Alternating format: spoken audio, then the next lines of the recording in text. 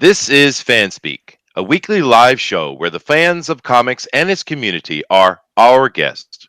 Welcome. My name is Chester C. Busby III, but my friends call me Bugbear, so please feel free to do the same. All right, let's see who we got on here tonight with me. First, over here, we got ourselves Mr. DeWolf. Hello and good evening.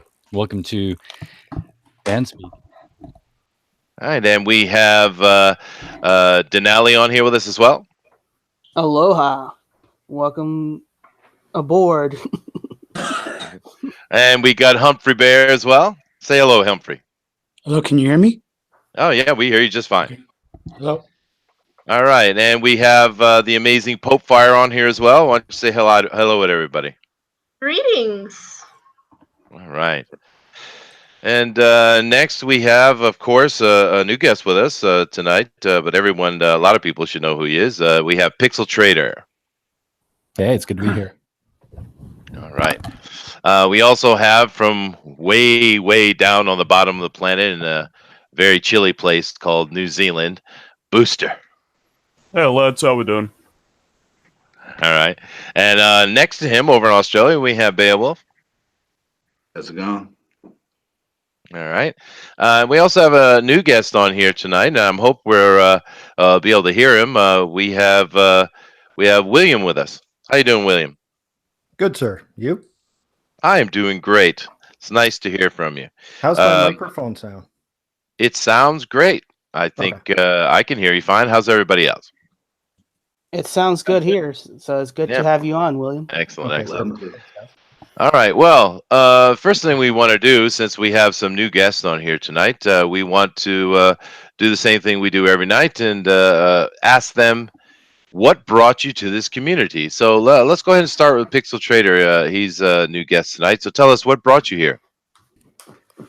There's a couple of things that kind of contributed to me getting here. The first thing, though, was I've always been a comic book fan. I started looking online when I was trying to get back into drawing comics and that kind of stuff. And I found Ethan's channel through a couple different creators that I had followed over time. I finally was able to locate Ethan's channel, and I really liked the content he was putting out at the time. It was when he was still doing the portfolio reviews, and then he did that one shopping video where he went into Michael's and bought all the stuff, and I was pretty much sold at that point. And as things started to progress and his heat started to go up and up, he started changing the tone of his videos and talking about what was going on with the community in general. And that's where I got opened up to the whole situation around Comicsgate. And I really stepped fully into it during Comic-Con when things kind of went to a fever pitch there, and the whole James Gunn thing kind of came to a head. And I met with Mike Miller. Actually, I met him at Comic-Con. And that was the first time that I really said, okay, I'm part of Comicsgate. And from that point on, I've been doing what I can to help the community out and just, be a part of it, contribute where I can, and do some great art here. And hopefully, the next year or so, I'll be able to put out a book as well, and we'll see how things go. Yeah, I like your art, actually. Like I said to you before, I think it feels to me kind of very stylistic, very similar to the way Kirby had a very round and like a boxy look. I like it. Oh, thank you. Oh, excellent. All right, and let's ask William the same thing. What brought you to this community, man? William? All right. Uh-oh. Well, guess we might have lost his mic again. No problem. We'll try to come back around to that if we can.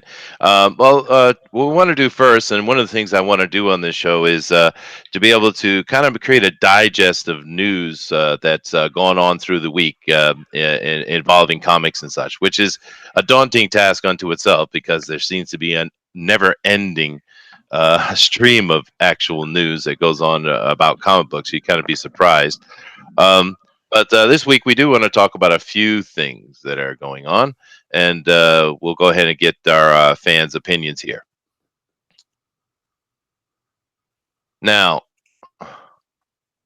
certainly, Henry Cavill is often in the news, and of course he is Superman. But the news has come up this week that Henry Cavill is out as Superman. It's a wonderful picture there. But he is going to be possibly starring as Geralt in the Witcher TV series. You guys hear about that? What do you think about that? Kind of cool. I'm as excited for that as I am the live action Titans. Live action Titans. You mean this one? Shut up. Yeah, but I don't know. I play a little bit of The Witcher. You guys ever play that? Yeah, I played all 3 of them. Well, Yeah, my son loves that series. But no, he was an okay Superman. I'm not sure if it was just his acting or the story, probably a factor of both. That he didn't really embody Superman for me. So for him to be gone shows that there's a major shakeup coming to DC. But do you know everybody knows the reason why Henry Cavill is off of Superman. Why no, Denali? Let us tell us. Yeah, tell me. So everybody knows that there's a Shazam movie coming, next year. Yeah. Golly. And it looks good. Though. It looks fun, actually. Yeah, and basically part of the contract deal was him having a cameo appearance in that Shazam thing, but his representatives refused because he's doing that Witcher project at the same time. So DC was like, well, if you can't do a simple cameo that takes only a day's worth, and this is not including that he wants to be treated like an A-star celebrity when he's really like a B-, then forget about it. We'll just go find another Superman. No, I heard that DC was trying to blackmail him and be like, we can just easily replace you. Like, we're just gonna make this fake news that you're out. What was the blackmailing about? Pretty much trying to scare him into doing the cameo. I mean, that's what I've read, that they were just like, yeah, we're just gonna make up all this fake news and people are gonna report that you're out. Did you guys see that extremely strange Instagram post he put up? No, what did you say? So it was just this Instagram post of him holding a Superman action figure, like a Henry Cavill Superman action figure, and he kind of slowly raises it while this classical music, made from dog sounds plays, and then slowly puts it back down again, and it just kind of ends. It was the strangest bloody thing. Well, he is British. I mean, what do you expect? That's true. Yeah. So But- he's got that Monty Python humor. Maybe. I don't think it was that humorous, but I think it was both of them playing chicken with each other, saying, I could leave, and they're like saying, well, go leave, because they released the news at 5 a.m. Eastern time, not Pacific time, Eastern time. Maybe they were trying to coax a public reaction and see what they could get, just the waters. Well, of course, there's more to the story than just Henry Cavill is out and possibly in as The Witcher. There's also I love these news agencies where they come out with these speculations and people are in talks, and it's complete rumor. They have no actual proof at all. But of course, this has been a topic of conversation. Now, why can't he be still? Like, why does he have to be Superman? I mean, he's not a bad actor. It just doesn't make sense, even if it's just a rumor. It just doesn't make sense to me. I like Michael B. Jordan, actually. It's probably because of his role in Killmonger and his attitude towards the fans that people like him. He has a likability. So I think that's why I think it was more of a PR stunt from Warner Brothers to kind of test the waters. It's kind of like how Disney does it. They flow out rumors to kind of sources. Oh, I've heard some big rumors. And they're like saying, hey, let's test out how people would feel like if we say, Black Superman, kind of deal. Yeah, but it's just dumb. There's so many black characters he could play. I mean, come on. Yeah, Killmonger made the Black Panther movie as far as I'm concerned. Absolutely. They did recently come out with that diversity statement earlier, haven't they? Oh, yeah. Yeah. Yeah, well, but actually, guys, you probably didn't know this, but I actually have some of my own sources on the ground, reaching way out from over here in Japan, and I have heard that these talks with Michael B. Jordan are not happening at all. What I've heard, there's actually talks going on with, of course, someone who's very famous. Everyone in America and the world knows who she is, Miss Whoopi Goldberg. More diversity, what we need. Yes. Yes. And you ask why? Why? Well, because it's time. It's time. 2018. Yes. It's 2018. It's time. Absolutely. I personally, I think I think he would have made a much better Superman if Warner Brothers actually liked Superman. It kind of feels like they went this darker route and they just didn't care about him. I mean, they had somebody the director was a big Frank Miller fan. Frank Miller is not a Superman fan. Oh, he's not. So it's kind of dumb to set your universe around to start it off as Superman and have somebody that doesn't like Superman running the projects. And this is pretty normal for DC because DC only really cares about Batman. And this is one of the reasons why I didn't like Ben Affleck, because it felt like you can't have an old Batman and then a super young Justice League. It just doesn't make sense to me. And you definitely need actors that can at least play the part for at least 10 years. Especially if you want an extended universe. What? No compliments on my amazing Adobe skills? Oh, it was. I couldn't even tell it was fake. Oh, thanks. Yeah, Yeah. It looks I like blended. working out. All right. I do have a little bit of breaking news, though. If you guys probably heard it this week, but Gail Simone doesn't like something again. Shocker! Oh my god, that never happens. You don't say. Yes, I was surprised. She never comments on anything in negative ways, but of course, her unhappiness this week was with boy Zach. Yeah, but Now, look how happy her picture is. Yeah, she's just a very happy person all the time, very much so. And she's an amazing writer, by the way. Have you ever noticed that that was sarcasm. have that fish mouth? Yeah, it's weird, isn't it? It's like a feminist trademark. You got to have the fish mouth. See, when I was young, we called that a mouth breather. Looks like the sardine from SpongeBob. No, I do have an actual question. Now, his name, on the we have up here is Richard C. Meyer, right?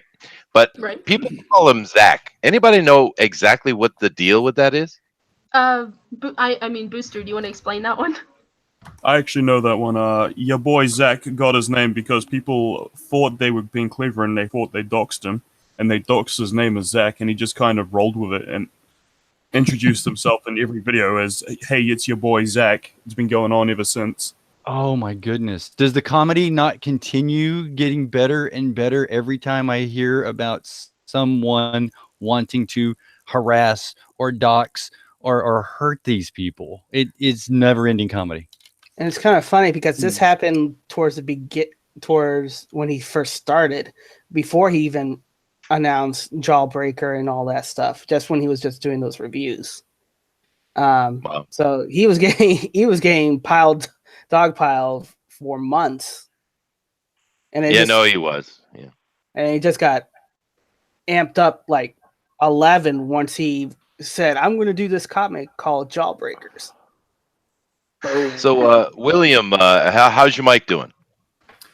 I believe it's working since I have it with me tonight. Excellent. So we've made a few comments here on the Superman thing, and here we're starting to talk about Richard. Do you have any opinions on any of that? No, I'm just enjoying the conversation. I'll pipe in when I got something. Oh, excellent. Good. Well, the thing with Gail Simone and Zach this week was she had seen some of his pages from Iron Sights, I believe, and I'm not going to say what she said because it was vulgar, but she said basically that his art is absolutely horrible and disgusting. What are you people doing? Just to kind of put it into a little capsulization there. So do we have what a do you guys? sample of the art? Yeah, she somehow, I don't know. She had a page. It looked like Iron Sights to me, and it was because it looked like that kind of sepia color that he's using for that. I think. So she just basically called him out as an amateur. She said it was basically horrible art, and just mocking him, as they do. Which is funny because she just released that Catwoman book. I haven't seen that. Is that official from DC or something, or is that her own work? That's an official DC book, and it is the worst thing I've read from DC in a very long time. I don't know. I saw Border Town. That looked really bad, guys. That's from Vertigo, though. Well, it's still from DC, but that is an actual DC book that somehow got published. Well, then to diss straight on Vertigo like that is just disrespectful. So sticking with the current standard that we have been placed within the culture now, I got to ask this question. Is what she said actual criticism of the art, or is it harassment? By her standards, it's harassment. Oh yeah, definitely harassment by their standards, considering how... If it was reversed on her. Just how toxic she's been. Well, that's going to come up in a minute, guys. We're going to get to some news where that actually is the main topic, I think, But or at least an under topic. But talking about bad stories, did you guys hear about Marvel canceling The Vision by Chelsea Kane? She said she turned in 4 issues that it took her 2 years to write, and just because they're going to publish, they decide to cancel. If Marvel has to cancel your 4 issue already turned in, that means your writing was so horrible it was unpublishable. Yeah, even by Marvel standards. By the standards of Marvel today. Yeah. Or they could be looking at the time wise. I mean, 4 issues in 2 years. That's drug out. Yeah. So that's what I'm saying. It's like it took you to write, if you were writing a novel that's like about 400 pages plus, I get 2 years. If you're writing a comic book that are about 24 pages, 26 pages per issue, then you have a little problem here, kind of deal. But yeah, she wouldn't meet her deadlines. Yeah. Now, I do have another piece of news here that I want to cover, but I don't really know much about it. I'm hoping one of you guys do, because I think it's interesting. I think a lot of people out here know about Alterna Comics, yes? Yes, Alterna. Yes. Absolutely. Yeah. Been in the news? They have been, and we've talked about that here before, about how horribly we talked about it last week a little bit about how horribly they were attacked, and with Peter Simeti, and but how wonderful the response from this community was coming out and supporting him. It was quite amazing, and he's busy because he had 18,000 comics he had to get out. He has to get out from last week, so that's amazing for him. He actually took that so hard. Oh, I'm sorry. Go ahead. Oh, well, it's almost like Comicsgate is full of good people. Supportive people. And people who buy your product. Who would have known? No, he actually took that so hard that he actually had suicidal thoughts on that. He did, and it was pretty sad thing, man. Yeah, that was heartbreaking. And now the sad part about it is that I saw a lot of people who are proponents of Marvel and DC, and their creators, their individual community creators, saying, good, you deserve to feel suicidal because you aligned or didn't denounce Comicsgate. And we're looking at it like, no, you're just saying, he was just saying nice things about his customers who bought his product, because that's what a businessman does. Yeah, these are the moral arbiters, by the way, who are gatekeeping and are letting everyone know how to behave in a professional industry. Just keep that in mind. Yeah, true. The same people that say critiquing their comments is harassment. Mr. Edward Moyet is in the chat, and he said that he was talking to Peter Simeti about print auctions and crowdfunding 5 minutes ago, and he has some ideas. So That's pretty exciting. Aloha. Oh, amazing. Aloha. Man. And aloha to our brother Edwin. Yep. Absolutely. Now, the point I wanted to make about Alterna, other than all these other good points, was I heard something about a thing called Alternaween. Can anyone tell me what that is? Yeah, he's starting an Indiegogo, and he's going to make it to where you can buy a lump sum of comics, and be it 20, 50, and he's going to throw some extra little perks in there and other little items that say Alterna and whatnot. And he mentioned bags, like a goodie bag of Alterna things with comics thrown in there. And you can either buy one for your own kid and say Happy Halloween, here it is, or you can buy many of them. And being that the comics that he puts out at his publishing company are $1.50, a lot of these he's going to cut down even further, I believe he mentioned. And what will happen then is you'll get this stack, and instead of having candy, or in addition to candy, you can also have candy and comics, and you can be the cool house. And that's just such a great idea. Many of his comics are kid friendly, of course, they're adult friendly, and just promoting comics on a different level. Oh, okay. See, that sounds great. That's a good idea, actually. I was kind of looking around, looking for a link to maybe be able to show it, but I couldn't find anything. So, but it sounds like a good idea, and I want to see it. Any other comments on Alterna? Well, from anybody? There's another piece of news he's got. Yeah. He just started up the PPP, the publishing project. There's another P in there. So what you got to do is you got to go to alternacomics.com. You got to check out the PPP link, and you got to find out what that third. This is your homework. This is what that third P stands for. But as far as the publishing program goes, if you're an artist and you want to get involved, he's got the rules in there. You take your PDF of a certain size and this and that and all the rules. You can send it to him, and you can get in on his print runs. Now, if you know anything about printing costs money. And so, yes. So when you're getting on his print run, you're getting the reduced rate of printing newsprint comics. And the simplest, smallest rate is like 50 cents for 500. And if you do the math on that, it's like $2,500. And then, of course, if you're selling them for $1.50, you're going to get back $5,000 if you can sell all those comics. So it's just a neat way of getting more people in and supporting this great venture we know as reading comic books. And it's the Printing Partnership Program, PPP. Oh, you did it for him. Yeah. Say that again. Well, The Printing Partnership Program. You can find that at www.alternacomics.com/PPP. Excellent. Well, thanks, guys. That's great information. Beowulf, maybe you can find that and drop that link down there. And please, everyone, remember, thank you all for being here and coming to see our show. And we want to spread this. We want this to be kind of a voice for the community, a voice for the fans, where they can come on and be guests. As you see, everyone here is a fan. And we want you to be on the show, too. So if you're watching here, you want to be on, just go over to my Facebook at Chester C. Busby III and drop me a message. Tell me, put me on the show, and I will do so. And every week we're going to try to have new fans in here. So thank you all very much for coming. I do kind of want to move on to another bit of news, which I found kind of interesting, and maybe someone here can give us some more specific information on that. But Ethan Van Sciver has announced a publishing that he's doing.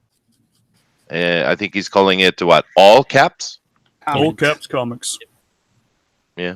Ethan Van Sciver, the $600,000 man. Yeah, we had or he was more. broken at one point, but we had the technology and we rebuilt him. Yes. I love that show when I was a kid. I actually had the toy where those old the old dolls were real tall. Now they got these little miniatures, but he had a capsule and everything. It was cool. Anyway, so anybody have any specific news on the All Caps, or was it just an announcement? It was an announcement just now. I think he's still keeping most of the details, but I know that Sciver Frog is going to be under that label, as well as Rain Bo Brute, and that's REIGN Bo Brute. And America Manga, and then any other comics that he might outsource will go under that label. I think he also mentioned that, and I think that's still being discussed, that he might get other people from Comicsgate to go under that label as well if they choose to do so.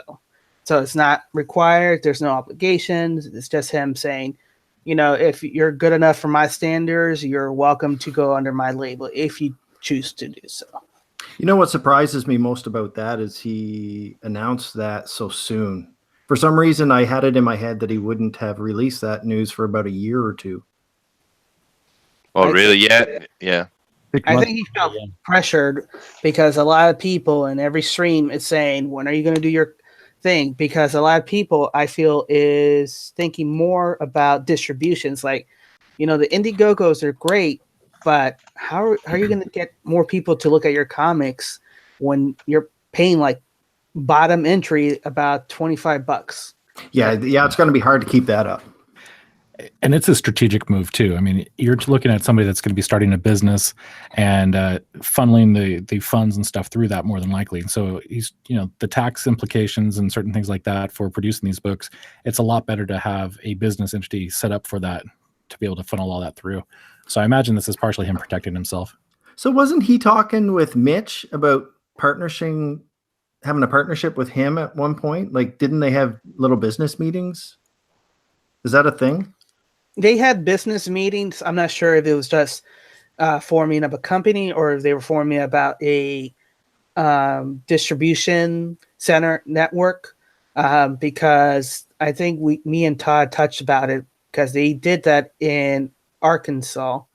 And the only thing in Arkansas is Walmart, so to speak. So they might be having secret meetings with people from Walmart. Speculation. It could change anything. To have comics back into, one of the biggest distribution services that there is, and kind of gain that situation. But I think that was still hush-hush kind of deal at this time. And Todd, you can correct me as well or put your input as well. I know nothing. He knows nothing. Well, see, that's why I was so surprised that he announced that now and not from like a year from now. Do you know what I'm saying? Yeah. I might have the two confused or, meshed together. But I think they're completely separate entities and, Yeah, I think those are two separate things going on. And I think it's like Chester said, it's a good point to announce your company to build that momentum, because now it's not just a indie, but now it's new publishing company that's starting up. So you're getting that whole excitement all over again. What else is All Caps Comics going to do? Because now they can say, I want comics from All Caps, instead of saying I want comic from Comic Artist Pro Secrets or EVS Comics kind of deal, or Comicsgate. So it's kind of transitioning from Comicsgate to we're going to be very legitimate and here's our companies, here's our individual flags, and you build that base of loyal customers to that name. Of course, if we're really way off and we're out in left field and this is, hurting him or anyone else, we're I know it can be hard to reach us because of our grand popularity and our fame. But if that's the case, then I'm sure he can be able to go ahead and get hold of us and tell us where we're wrong and what needs to be corrected. Let me jump in here real quick and see if I can we get a little more opinion from some of the other people in the crew. Why don't Pofar, you got any opinion on this? How about Humphrey Bear? You got something to say on this subject, Humphrey? Yeah, I think it's a good idea. What is he going? Is he going to try to help other people to start their comic books? Maybe, yeah. Or give them employ. Yeah, maybe. Yeah, some stuff like that. Now, I do think, Humphrey, that I do want to say one thing though. Thank you very much for the art you've been doing for the channel. If you guys notice our FanSpeak icon, that was created by Humphrey. You also might have seen the FanSpeak comic book mock-up that was also done by Humphrey. I want to thank you very much for that. Looks great, man. You're good at that. Thanks. All right. Well, let's move over to something else here, and let's talk a little bit about which Indiegogos are getting ready to end right now. That'd be great. Maybe Pixel can take that, or maybe you have something to say on that, Duel. The biggest one that I know of currently would be Graveyard Shift. It's down to its last 5.5 days, and that's by John Malin, one of our favorites. Yes, no, it is. Yeah. Whoa, my voice is going. Excuse me. Will he be extending that? Just eat more pie. You'll be all right. Yeah, of course. With meat in it. No, with apples. No. We don't have apple pies. I mean. No, yeah. Just so you guys know, our Australians in here in New Zealand, I guess I'm throwing into that. They seem to think we Americans don't understand pie. It's true. It's not true. America was built on pie. It's scientifically factual, I'm afraid. Historically accurate, right? All right, so we have Graveyard Shift is coming up. What else is getting ready to end? I think this is probably a good moment to go ahead and bring in Pixel Trader, because Pixel Trader is on top of this stuff. I'm trying to be. You know, it's kind of funny. As much as I do here with IndieCron to get people published, it's still really hard to reach out to these guys and get them listed sometimes. But yeah, so there's a number of books that are going to be closing up pretty soon. We've got Graveyard Shift obviously in just a little over 5 days, but you know, there are a few other books right on its tail. Doug TenNapel, his book is ending on the 21st. We've got Brand ending on the 24th, and so they're all kind of ending really close to each other. And then a little bit further down the line, you've got the black and red art book from Elliot. Something Real is going to be finishing on the 29th, and so I'm looking forward to Something Real. Yeah, me too. Those guys sound really cool, and the book has definitely. Have you seen the logo for that? It's amazing. The logo, Something Real. It pops, and it suits the artwork on the cover so well. I'm a graphic designer, so like, you know, I'm drawn to logos and stuff like that, and it just fascinates me. And it's actually a really, I would say it's a perfect logo for that cover.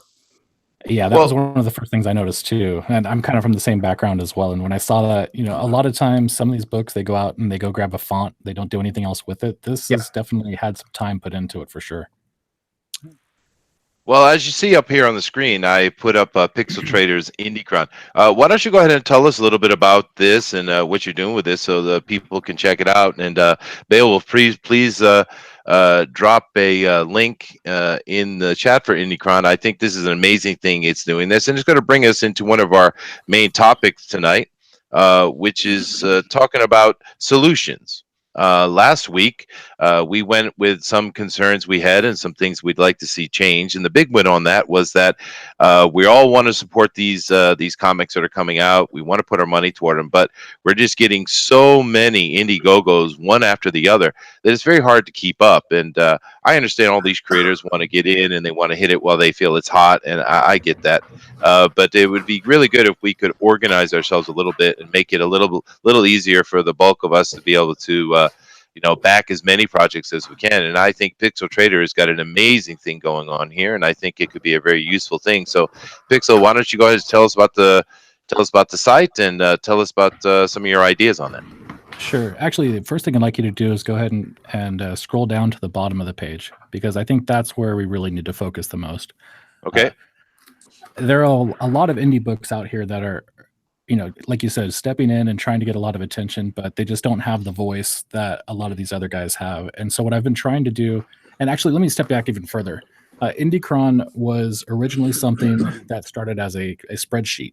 It was something that was maintained by John Delarose and Mr. Edwin Boyette, that's here with us as well. they were manually going out, clicking on each campaign and pulling in the information and trying to keep that list updated. But because of the way that things work and the spread of how many books that were coming out, it was just going to be something unruly to manage. And I mean, now when you look at it, there's what, like, I don't even know how many books we have out here now. There's over, what, about 30 or so, give or take, or close to it.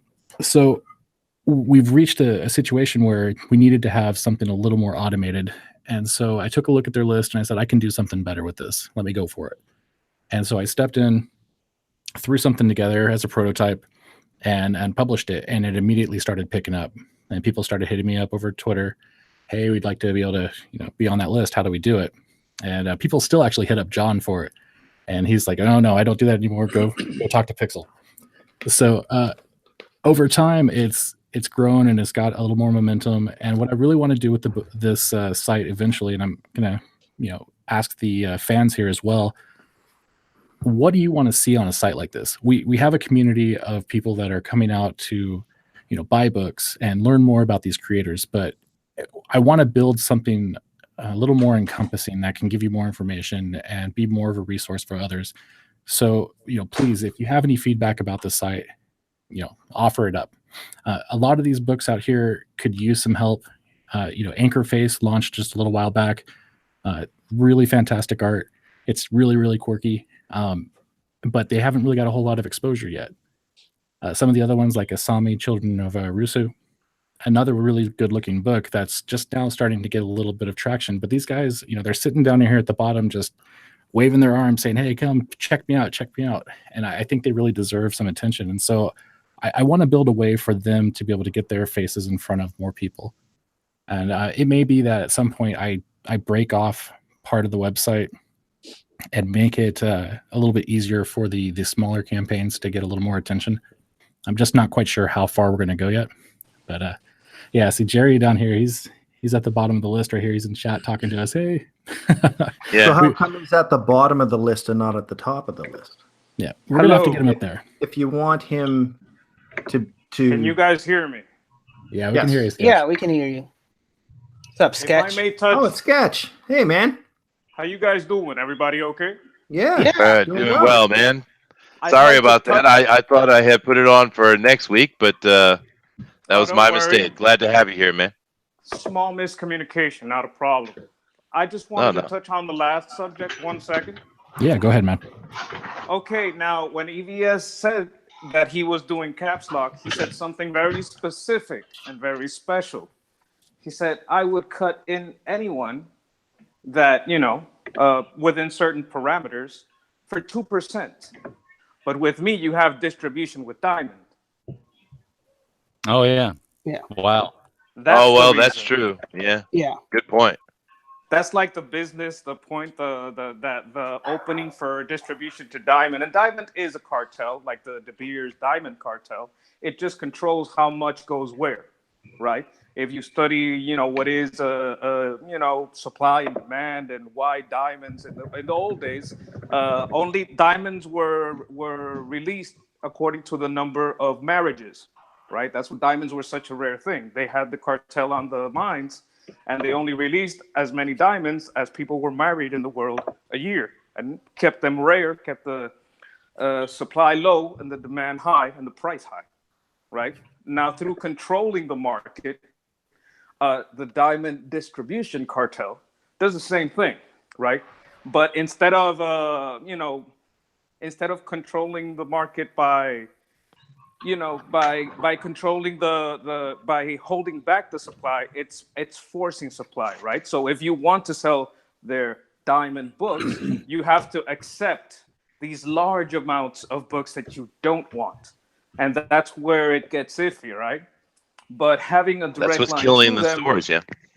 Yeah, it's the cartel is strangling the only thing it controls. Now, the thing that Alterna and anyone else can do is go around the LCS and sell to the supermarket, sell to the gas station, right? Sell to the pharmacy. Oh, I miss that. I miss the spinner racks in the convenience stores. Yeah, so do I. Yeah. Oh man, I miss that. So does this mean that Go ahead. CBS will be able to get these books that go through with him into the local comic shops? Well, that's his.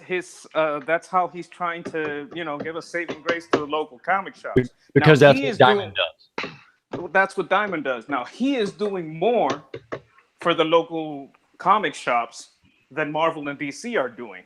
Now let's see if Diamond, because of its cartel, forces Marvel books to get the Diamond distribution books, right? Once you're in the system, you can see how all that works, right? But there's So also what you're basically saying is that Diamond is part of the problem? Diamond is the biggest part of the problem. You think they're worse than what Marvel is forcing down the stores' throats? Really? Well, I mean, how do the stores get the books? It's through Diamond, right? It's Diamond that forces this. Yeah, but it's Marvel that is keeping Marvel and DC that is keeping Diamond in business. Hey, if you're in business, because that's okay. I don't know how much of that is a mutual arrangement, because Diamond is making all that shipping money, and Diamond is making all that distribution money. Diamond isn't losing. Pope Fire, that better not be porn. No, never. Actually, I turned my cam on because I wanted to show you guys this beautiful picture Gary sent me. Yeah, I saw that. It's great, isn't it? Here, let me switch that over to you real quick. Who's that? Let me switch it over. Look at that. It's so beautiful. Yeah. That is adorable. Yeah. let me cover a few things here in the chat. We can continue on with this real quick. Let me see here. I know we had some questions. So I guess part of moving forward is learning more of this stuff about Diamond and the distribution, because if consumers don't know how their products are being sent, then we don't know how we can relate our concerns to the companies and fix it. So learning more about Diamond and learning more about what's going on actually will help us out. So Sketch, thanks for reminding us. I mean, we see EVS like 500 times, because he's always on and always going live for some things that those small details kind of slip down through Yeah, the but finger. I'm like a pit bull, and a fighting pit bull. It's always gonna bite. It's not gonna let go, and it's always looking for the jugular. So when I listen, Well, sorry. Sounds like we lost him. Yeah, no, that's all right. Let me go ahead and read some of these questions we got from the chat. Anyway, let's see. I just Hot want to interrupt Rebel. for a second. Yeah, go ahead. I'm going to tap out for a few minutes and I'll be back. That's okay. All right. Okay. I'll see you All right. shortly. Thanks. All right, no problem. Yeah, all right. So let's see here. We have Hot Rebel 86 in the chat. It says that Michael B. Jordan would make a good Blade. I agree. Yeah. They can't have Wesley back, he said. I agree. Once again, of course, we mentioned this already, but thank you very much for coming and listening to us, Edwin. It's very nice. Edwin's an amazing guy. He's been doing this for a long time, and he's very supportive of everyone in the community. He's the best of us. Yeah. And I'm it's so kind of excited. funny. Yeah, it's kind of funny if you think about it. If Michael B. Jordan becomes the new Blade, that would be the third Marvel character he's done. Because it would be. Because he has already done Killmonger and the Human Torch for that critically and domestically panned Fantastic Four by Josh Task. Oh, you mean Fan Four Stick? Fan Four Stick, yes. I didn't even watch it. I didn't even have to watch us. I saw the trailers. Like, nope. I actually liked the first half. I didn't mind the first half. Give it a few years. People's memories are short, and he can come back and play Blade. Yeah. Well, I don't know why we need to keep having Michael B. Jordan in every role, but he is a fairly good actor, so it's cool. I have another question here from Bethany. And she says that is newsprint the new fad in the comic book industry, or is it here for good? Good question. There are two sides. There's a collectible side. You can have Cyberfrog on newsprint through Alterna, split into cat spankers, and you can have the exclusive collectible from Indiegogo. One thing doesn't take away from another. One can get you into those gas stations, get you into those pharmacies, get you into those grocery stores, so that the new public, the new kids that are coming up, they can read this stuff, you know, especially for Packins Land. And if you, Pope Fire is a fan of Gary Shipman, and she might be understand as I do, that Packins Land is already, what, 18 books? 18 cat spankers ready to go on Alterna to get them out there to new public. But there can also be that collectible. Don't you be dissing on Gary. That's not what I did. You got to listen to me. Now, what I said. Gary is my hero, and I will not let anyone diss him. Well, I tell you what, Sketchy is a bulldog, man. I'm gonna have Gary on World Class Bullshitters this weekend, right? When we do a comic book show, and you will see that I have not dissed him. What I am saying is that Gary could do both. He could have his 4th volume on Indiegogo, or maybe 4 volumes together, and have that high price point where you're getting a collectible. But he could also go through Alterna and have a news print item that's, you know, ready to go. 18 issues. If you put them every 2 weeks, that's 9 months worth of issues that he can have out there in the grocery stores, in the pharmacies, and you don't even have to go through an LCS. There you go, Sketch. The thing I miss the most, now that I'm thinking about it, is the Sundays. Remember the Sundays comics where you get the newspaper and there was a whole section of just filled with comics. Yeah. So, and go ahead. Yeah, I'm a sketch therapy on that one. Great respect from me there, because I've been thinking about that same thing. You know, Ethan's been talking about not liking newsprint, and I'll go toe to toe with him in the ring on that debate. And apparently, if I do get taken down, because you know, especially if it's a weight issue, then I know you've got me to tag in with.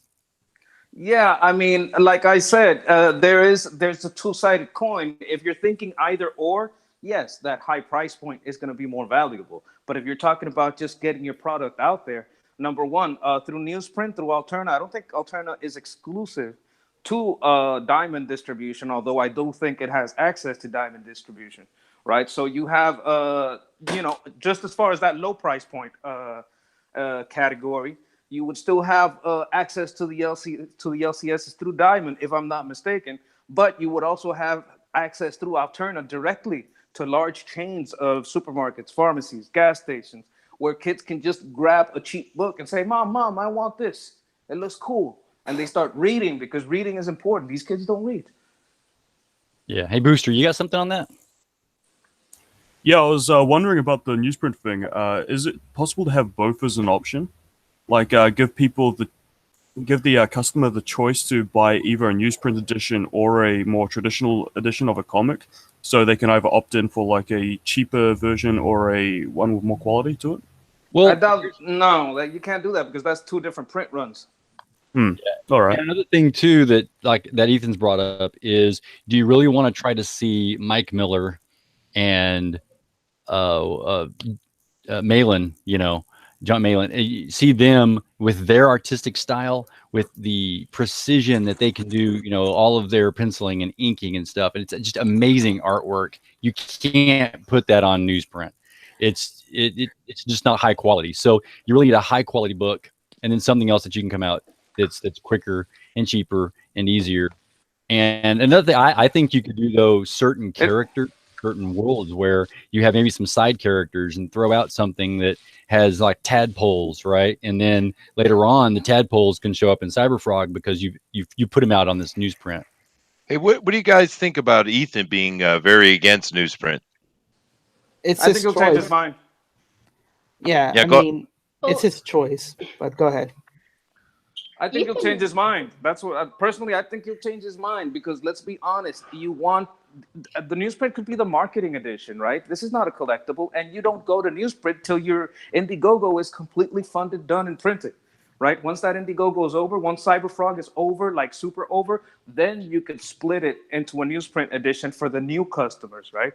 I mean, you can say, well, some people are going to want to wait. Listen, let's be honest. The people that are buying these Indiegogos, they're pretty much buying them as collectibles. They're buying it to support the content. They're buying it for many reasons that aren't, I just want to read something. Yeah. Booster, you have something to say about newsprint? Why don't you go ahead and give us a comment on that? Oh, I already said that, Matt. Okay. I'm behind. When the fans want newsprint, when the fans want something, guess what? They'll get it. Yep. So Ethan is right about that. Well, So the thing I want to say about this, and I'm sorry, again, it seems like we keep jumping in at the same time, Fire, is here's how Ethan posted, and I think it's a good analogy. The Indiegogos or the high tier mark are like going to the theater. You're going there for the experience. You're going there. Then it moves to Netflix. the next store, Netflix, to the stores, which could be your lower price traditional comic books, and then you can Redbox it, which is your newsprint and everything. But the point is, if this industry has to grow, it has to be given the ability for kids, for parents to look at the comic book, look at the price, and say $1.50. I can pay $1.50 for my kid to It's a good point.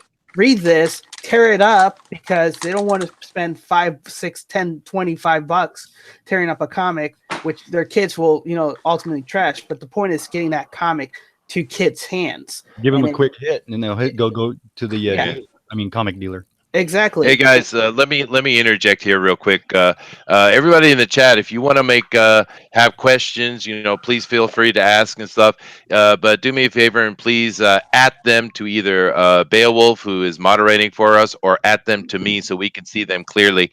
One thing doing this live stream that I've learned, going from being in the chat to being here on the screen, is that wow, it is difficult to do this and pay attention to the chat at the same time. I have huge sympathy for all those guys doing that. You get a lot of the people in the chat, hey, you're not listening to me. Notice me, senpai. And I get it. I get it. It's hard. So please at me. It's not easy, but we do have a question from Primarch Sanguinius. He says, fun question. Do you guys think that manga industry will eventually overtake the comic book industry in the US? No. No, I will fight the weebs where they come. I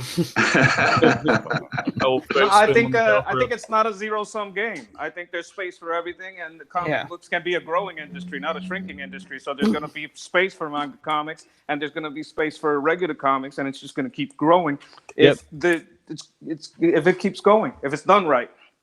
So someone mentions anime and Pope Fire has a helmet. Awesome. What's that from? They wanted me to turn my webcam back on. Okay, yeah, but what's the helmet? Oh, Genji from Overwatch. Oh, Overwatch. Oh, no, I have never played that one. I don't care much for those arena things, but my son loves them. I do want to welcome Jerry Richardson into the chat. Jerry's come up here. Now, we're going to be talking about Jerry's project a little bit later, but Jerry, why don't you go ahead real quick and just tell us who you are and what you're doing, man. Jerry, we have another mic issue. Go up to the settings. Thanks for having me in the chat. Awesome. There we go. Yeah, does that work? Does the microphone work? I kind of hear you. Hello? Yeah, I hear you just fine. Yeah. You look good. It sounds good, man. Okay, that's great. All right, good. This is my first time on a stream, so just testing it out. Thanks for having me on here, guys.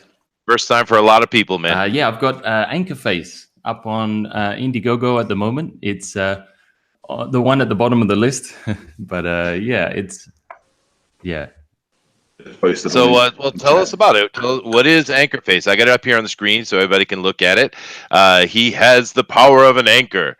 He gets his name from the anchor on his face. Anchor Face, issue number 1 from Shanghai, China. Hey, you're near me. I'm in Japan, man.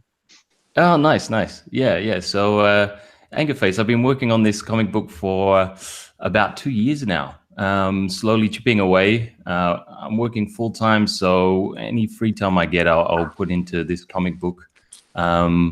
It's been great fun writing it. Just traveling around in Shanghai, China, and also Japan. I used to live in Japan for a couple of years, so just seeing these different cultures brings me different ideas for characters and storylines, and so I was finally motivated to start writing it down as a comic book. And 2 years ago, I started writing it. And as I was writing it, I I thought I'd play some videos in the background to keep me focused, and I thought I may as well put some comic book related videos on while I'm drawing it, and that's how I got onto your boy Zach Richard's channel, and that really entertained me a lot and inspired me as I was writing the story. Yeah. Now, while I have your attention, who is your favorite Teen Titan?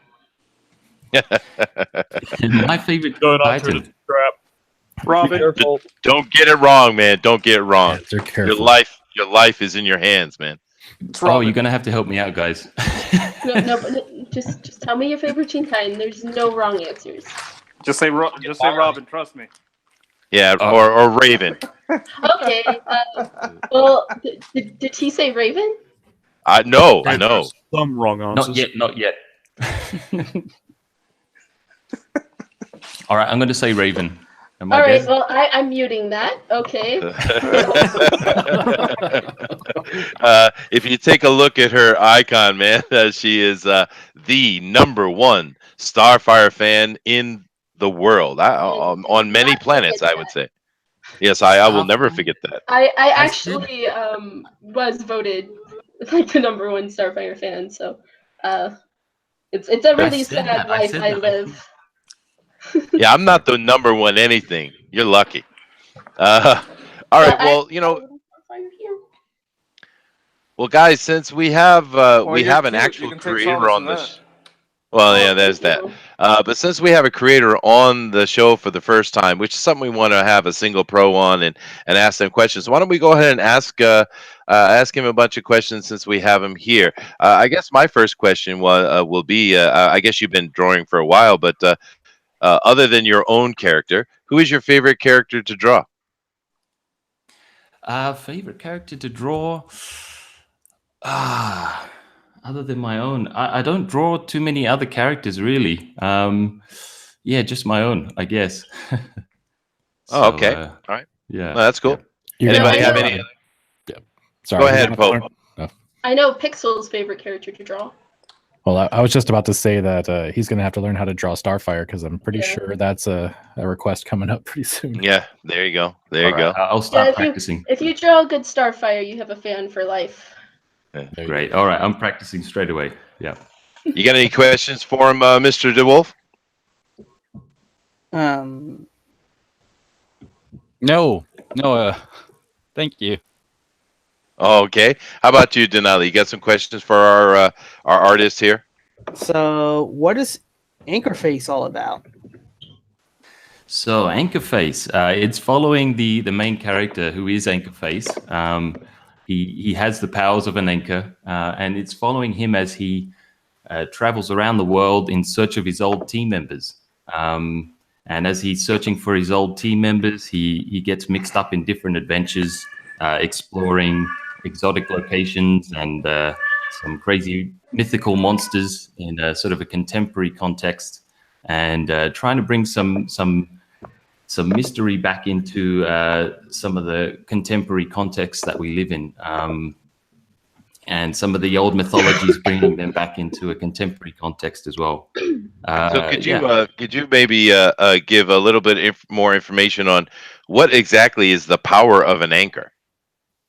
So he can condense himself, or at least the anchor on his face, it kind of has a mind of its own, and it's been welded to him. And so this anchor will protect him by condensing his body, so he becomes so heavy that he can sink to the bottom of the ocean. But it kind of has a mind of its own in the sense that if he's attacked, or if he's let's say he's shot at, he will suddenly condense automatically to become bulletproof. So he can't always fully control this power, and he can get into a bit of trouble, because if you could become suddenly extremely heavy, you could fall through the floor if you're in a tall building, or sink a ship, or it's a sort of a double-edged sword in a way. So he's a density manipulator, is what you're saying. That's right. And he can control it to an extent, but not completely. Those are always the best ones when you're writing a new story. Yeah.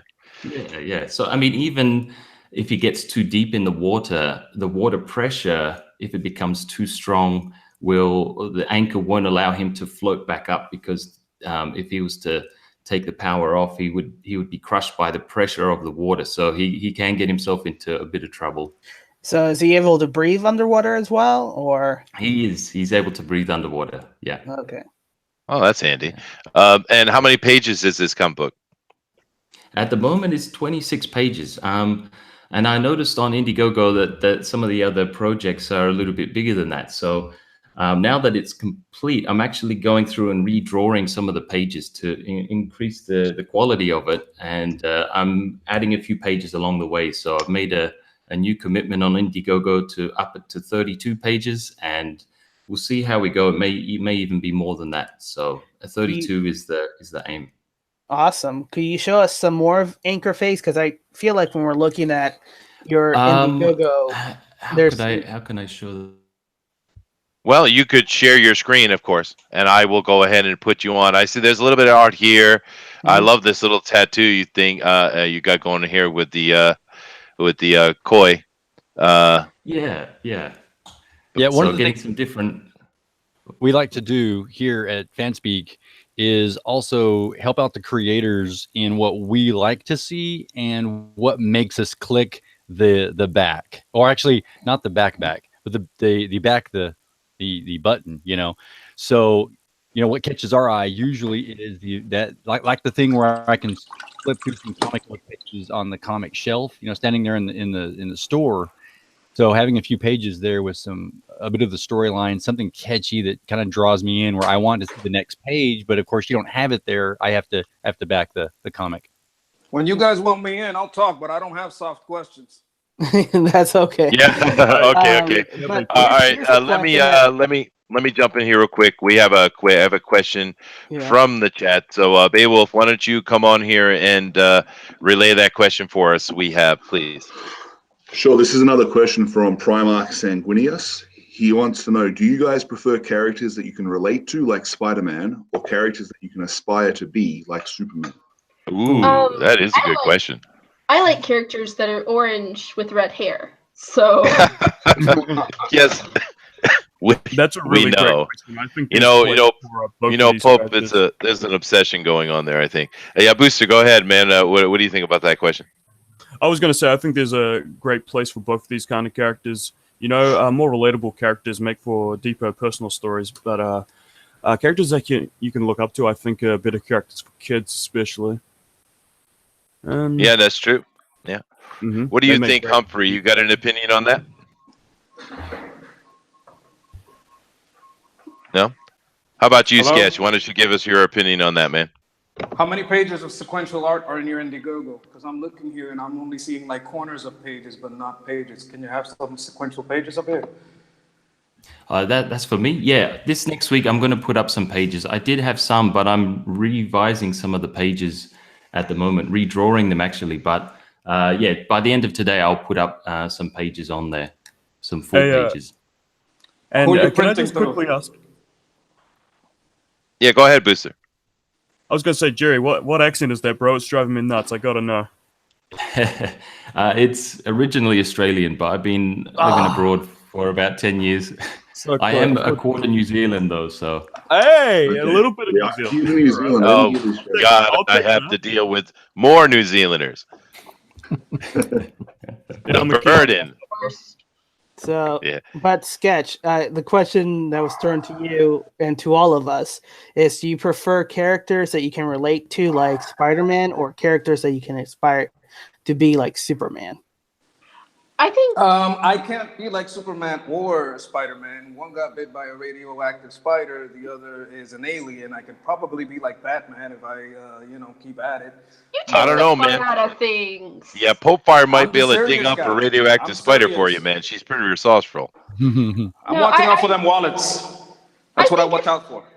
Sorry. I think everybody should have somebody that inspires them, real or not. I think it's sort of important, even if it's an alien from another planet. If they have characteristics that you think are something that you can inspire to be, then definitely look up to them, even if they're fake, even if they're from a completely different world. I just think that's important. The answer is Anybody else Batman. got any comments on that question? Which is a really good question, actually. I think both of those are the question is they're both the same question because you aspire to them because there's some aspects of what you're being inspired or that you relate to, whether it's like Pofire said, whether it's fictional or real, because you relate to the character because they have some traits that ultimately inspires you to be better, and that's what all heroes, super or not, real or fake, leads everybody to be. So it's kind of the same question to me, but that's my answer. Well, Superman's the right answer, so there you go. I just wanted to mention here that Jeremy Lott has a very good point, I think, in the chat, and he says, "Was Pope Fire bitten by a radioactive altar boy?"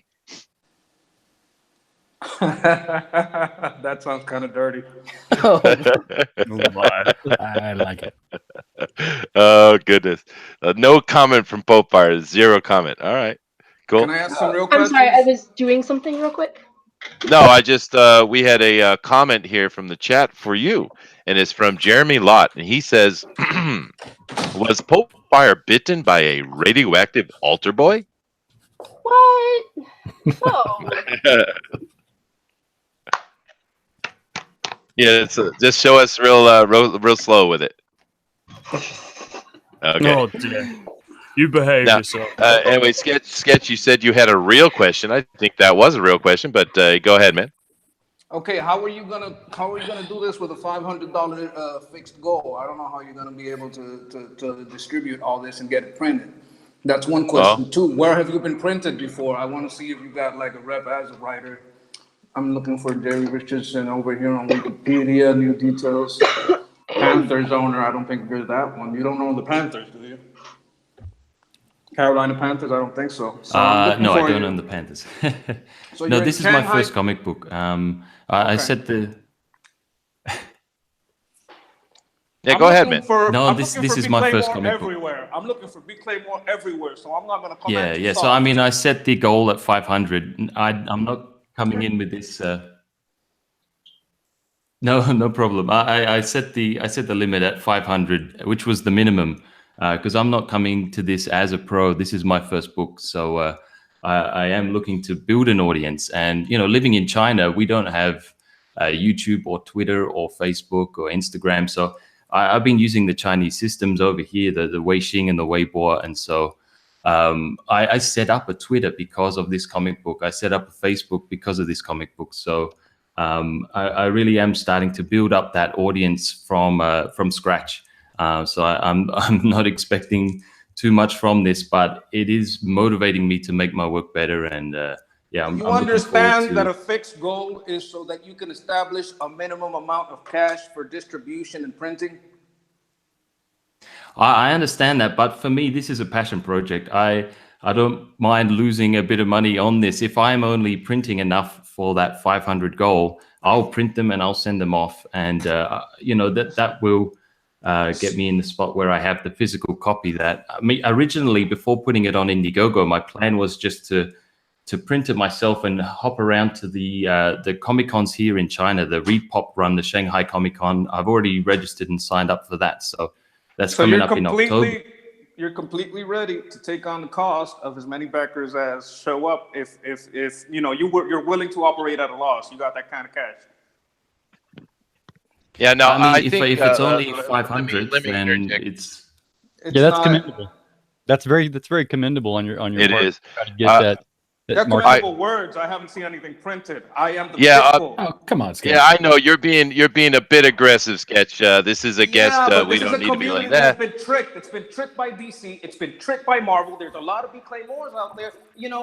I don't like soft questions. I like hard questions. And y'all going all soft, and I get harder.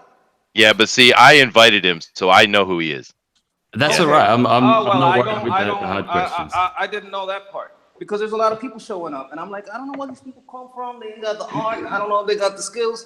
They say China is a cheap place to print, though. They do say it's a cheap place to print. Sketchman, you're coming through really echoey. Are you like at the bottom of a well, or? No, I'm in my office, but maybe I could change mics. Okay, guys. Let me go to the living room. I'm gonna head out. It's me and Booster's game night, so I'll talk to all of you guys later. I guess you guys doing Overwatch again? Yes, yeah, probably. It was really nice talking to you guys. As always, thank you for having me on. Absolutely, I'll see thank all you. of you hopefully next week. Sure. All right. See you guys. All right, take care. And thanks, Pope. Thanks. Thanks for coming, Booster. See you, Pope. All right. Yeah, but no, just to continue on that point real quick, I get what Sketch is saying. I mean, there are a lot of these small Indiegogos coming out with very low goals, and it might just be, that they don't really understand the overall of it. It could be that. But I would suggest to you that you go talk to Jake over at the Bull. You can find Jake, and Jake has found, in America anyway, he has found a very good publisher that will do very small print runs for very low amount of money. If you're looking to distribute in America, I think you should talk to Jake.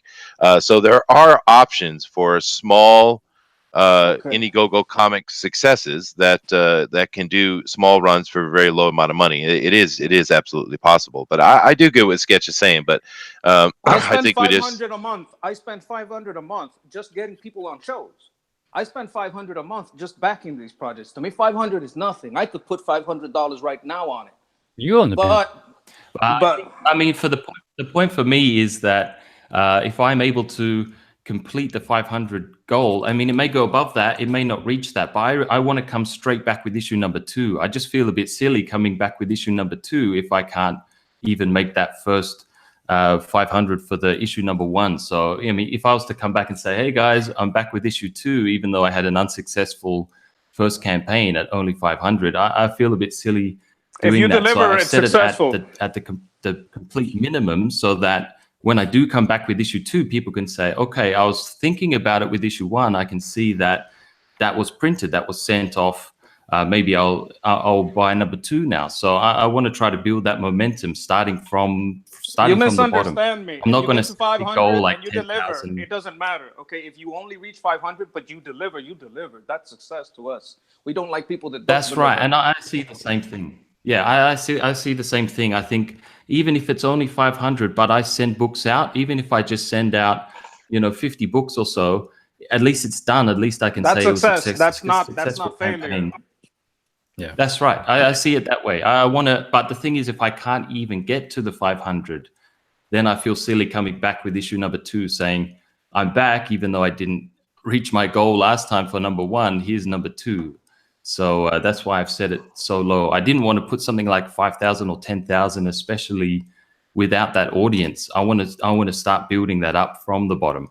So, yeah. I mean, I guess issue 1 will be very rare in that case, because the way I print it in this first run will be the only way I print it for issue 1 for this first run. So those people who do invest in early will have that rare book. But I understand your skepticism, and I would feel the same way. But I'm just hoping that I at least get this first goal met this first time round, and then move on to number 2, number 3, and then people will start to see that this is a regular occurrence. So yeah. There's one thing. Go ahead. There's one thing that people say when you're trying to put a product out there that's new, and you want other people to invest in it, which is what we're doing. When we go to Indiegogo, we're investing in your product, and we're expecting a return. And here's something they always tell people like that. If you have a product that you believe in, then you have to invest in it first before you can even ask anyone else to do it. And that's exactly what you're doing. And I think that is a commendable. And especially where you're at, it's just harder to do that. You have found one little niche, one little crack that you can get your name out there and get your story out, and you've done it. That's a bold step forward. Congratulations. Yeah, absolutely. But I do want to say to Sketch, man, I'm actually glad you did come on today, man, because there is a whole nother side to the community that is, very much at the front line and on Twitter and fighting against all those who are throwing slings and arrows at us all the time. And of course, there are other parts of the community as well that are more looking just for shelter. But it is interesting for me to hear the that side. I mean, Sketch, you got a very aggressive. I'm all about the customer. I'm all about these people that have been marginalized, dehumanized. We are humanized by live streams. We are dehumanized all over Twitter, all over the press. And True. I just want these people, when they invest, to know that there's going to be some watchdogs out there that are going to go hard at the creator. We're not going to be all, oh my God, it's the creator. Oh my God, let me bow down. That's not me at all. Not to anybody, but I'm talking not to anybody on earth. Like even EVS knows that he is Pope Pius the Triple XL because we roast him. So any creator that comes to this community knows, as a creator, you will be roasted. Okay, you may be called Stinkfoot Bill. All right, you may become the Triple XL Pope Pius. So number I one, think it's more about the hands, but yeah. It's about being able to take the heat. Number one. Number two, it's being able to answer. This is my plan. This is what I'm trying to do. You will be questioned. You will be, I'm not going to come at you soft because I'm trying to protect the wallets that can't spend like I can spend.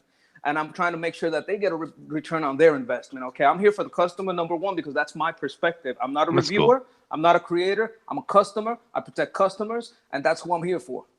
Yeah, well, let's try to humanize you then.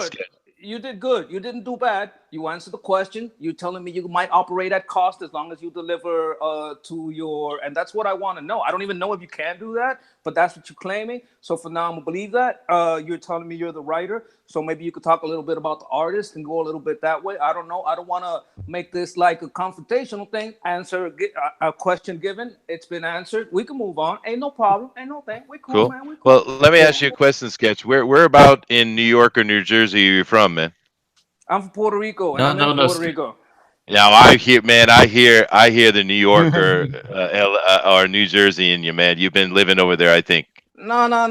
You got to understand. I'm Puerto Rican. That means we got people in Connecticut. We got people in New York. We got people in New Jersey. We got people. We're everywhere. We're Puerto Rican. We like to mix it up. This is the Jungle Fever Island, baby. Yeah, I know. Yeah. I got family from down Puerto Rico, man. Calmarse un poquito porque se pone cadenta, pero sabemos que nosotros latinos estamos con bien fuego aquí. Sí, somos bien calientes. Sí. I wish we were diverse. I'll tell you what. Yeah, so do I, man. What are you talking? Diverse? That's a strange word. No, we are diverse. We are diverse, right. Inclusive, compassionate, and kind. They just call us dicks. Name him, brother. That's shit. Yeah. We are the most diverse white supremacist group on the internet. Well, man, we actually have a New Zealander, a booster who was on earlier, who claims to be our lead Nazi. So I am very, very proud of you. But let me rotate. Yeah, let me rotate this back to Pixel real quick. We were talking about Pixel's Indicron and how that is posting all these different Indiegogos and such. And Pixel, why don't you give us a little bit more of an insight on how do you think this site of yours that is wonderful, everyone should go check out Indicron.com, and how do you think this site could help the pros specifically, man? That's a good question. So I've been looking at the way that everybody's kind of just dropping their dates. They're talking to each other, but they're not really looking at what everybody else is doing. And what I've been trying to get in front of these guys, especially EVS, since he's the most vocal of everybody. I want to just let them see the site. Some of them know about it. Some of them have heard of it. I don't think too many of them actually use it yet, unfortunately. But I'm trying to get it out there, trying to get it in front of people. I want to put some kind of calendar system or some kind of I don't want to say reservation system because I don't want to block anybody from being able to release a book on a certain date. But I think it would be really beneficial to the community to be able to see what books are currently underway and then who has a book planned for a week from now, a month from now, 6 months from now, so that they can. I have a question about Indicron. Okay. Is Indicron related in any shape, way, or form to John De La Rose, or as I like to call him, Vox De La Rose? Not anymore. Okay. The only thing that it was inspired by what John had started, and I get what I'd said before is John and Edwin were maintaining a spreadsheet, and it became hard for them to keep it updated on a regular basis. Me being so yours is not the same. You got your own Indicron? I run my own IndieCron. Yeah. So Guys, I'm really sorry to interrupt here. I have to go. I'm teaching an art class, and students are arriving at my studio. Yeah. Thanks for having me on, guys. Oh, Please that's send me nice. messages with feedback. Any feedback you've got, Sketch, I really appreciate it. Please send me all the feedback. I'm here to listen as well. But I'm really sorry I have to run, guys. Hopefully I can get on again. And before you jump off, Jerry, what's your Twitter account so people can check you out on Twitter? All right, my Twitter, it should be Jerry Anchor at Proton Mail. I'll type it in. I'll type it in the chat. But yeah, I've got to run. Sorry, guys. Okay. Oh, no problem. It's nice having you on. That's why I got you on early, man, because you said you had to go quick. So I'm glad you came on. Thank you very much. I really appreciate it. Thank you. See you guys. All right. Aloha. Bye. All right. All right. think I was So too yeah, rough on Pixel. I think you were a little bit too rough on him. Yeah, I do actually. Okay, But I I'm mean, sorry, hey, this I is can. your show. I get a little bit passionate about the customer perspective, especially if I don't see it represented. But I'll try to hold back, man. I know it's your show. This is your house. Yeah, well, actually, I mean, I agree and disagree. I mean, I actually happy to have you on and have that different point of view because that's what this place is, man. FanSpeak is a place for the community to come together and communicate, and everyone has different opinions. We are actually diverse, and in being diverse, that also means a diversity of opinion. So having someone who is very passionate and very cautious, because there have been a lot of attacks. You're not wrong, man. But having him on as a guest, he's a small creator, and he reached out to me, and I was like, yeah, man, come on in and have a chat. But your questions are fine, and I think there's many of these small Indiegogos that they're fair questions to. I think from you're just you just take things from a very aggressive point of view, which I understand. And I'm from New England myself, and I have but I'm very happy you came on, man, because I want all these different voices. I want everybody to be heard. Everyone's welcome here. That's the fact. So, but anyway, I get a little fast with the speech. I get a little bit, a little passionate sometimes. Yeah, sometimes you just had to let him talk a little bit, Sketch, because you were rapid firing like a machine gun. That he was like, Oh, the more softball questions I hear, the more I'm like, what? No, tell me what's up. Yeah, I could see it. I could see it when on the chat you were like already revving up, like saying, "And nobody say why all caps in here. Just say it." Is that the power? No, I wasn't that. I wasn't. The text does not convey my emotion. I'm usually more jokey than anything.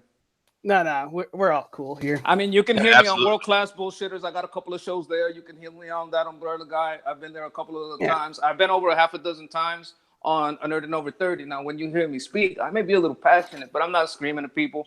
I'm not, there's not that. And I'm not really that emotional about, the subject at hand per se. I am a little bit passionate about my way of speaking. It's a little bit fast. Some people say I talk a little fast. So, you can tell me to slow it down. It's okay. Yeah. Well, you and I have been chatting back and forth for quite a while now. Yeah, I've been here a long time as far as comics game. Nah, we got a couple of questions from the chat. Go ahead. Again, Primark Sanguinius, he asks, do any of you guys have plans to make your own comic books in the future? And if so, what kind of ideas do you have? Any creators amongst us? I know we have at least one. Well, I don't want to. You want to? No, I want to be the customer. As soon as I make a project, I'm a creator, and I lose that perspective. I don't have anything to gain from this. I'm already retired. I don't have to work. So I'm going to be here watching out from the customer. Nobody can tell me I got that, conflict of interest. I don't. I'm about the customer. I'm not making anything, but I'm here watching out for the buyers. Yeah, I'm a customer as well. I'm not a creator. Yeah. Well, let me go ahead and say this, that comics are not the end all to this movement, that it's bigger, it's grander. There's some great stories and great characters that are being presented into our world. And so there's other types of products that we can dip into. And some of the creators are looking into some of those things and working with some folks on bringing more types of products that nerds love out there to us. And I might be one of those. Cool. So yeah, Primark. I'm an aspiring writer, but I'm way too far away to be starting to pitch any ideas. I've got a ton of ideas in the works, and I'm still feeling it out. But hopefully in a couple of months or something, I might be able to start talking about some of the ideas I've got going. Hey, I might go down with you. I might be like, this guy's been with me from the beginning. I might put 200, 300, 400 down on something if I like it. I don't know. So, I'm not saying nice. I wouldn't be a person to fault someone for doing that, because sometimes the consumer gets so fed up he becomes a creator. Yeah. That's pretty much where I come from. and it's kind of like what I've been saying as well is the difference between Comicsgate and previous movements like Image Comics and all that, because a lot of people were branding, this is like the second coming of Image Comics. Like, no, because the consumer can become the creator, not just pro-creators, but the consumer. So we won't wait for professional artists to make our comics. If we're not seeing what we want, we're going to go out there, find our own people, and make the comics that we want to see. So this is kind of like the new renaissance, the new revolution of comics. Yeah. We're active, we're creative, and we're entrepreneurs. And this world is vibrant with that type of a concept. And that's what you get when you have the world view that we have. Yeah. That leads to a good question then. And Gamergate can't make game. Comicsgate can make comics. We have a very low production cost. But out of this low production cost, every comic is a storyboard for a movie. And it is also a concept for a game. That's true. Yeah. Since we've got the the modern age, Bronze Age, Silver Age, all those kind of ages for comics, what would you want to call this age of comics? Renaissance. The soy age. I like Renaissance. Yeah. The indie Renaissance. That's Golden a good name Age, for it. the new Steel Age. I don't know which, or the new Platinum. We're the Platinum Age. Well, the past 10 years was the soy age or something else like that. Yeah. Pixel, you don't want to. I have a question for you here, baby. Well, if you want to read that question from Dennis for Pixel. Let me just find it. One sec. While we're looking at it real quick, Humphrey had a couple questions. One of them was about specifically the genres and stuff, the types of books that are inside of Indicron. I do want to get filters built into the site, and that's going to be in the next phase, I think, where if you just want to look for horror books, you should be able to just find horror books. Oh, that would be great. Give me 1 second. Sorry.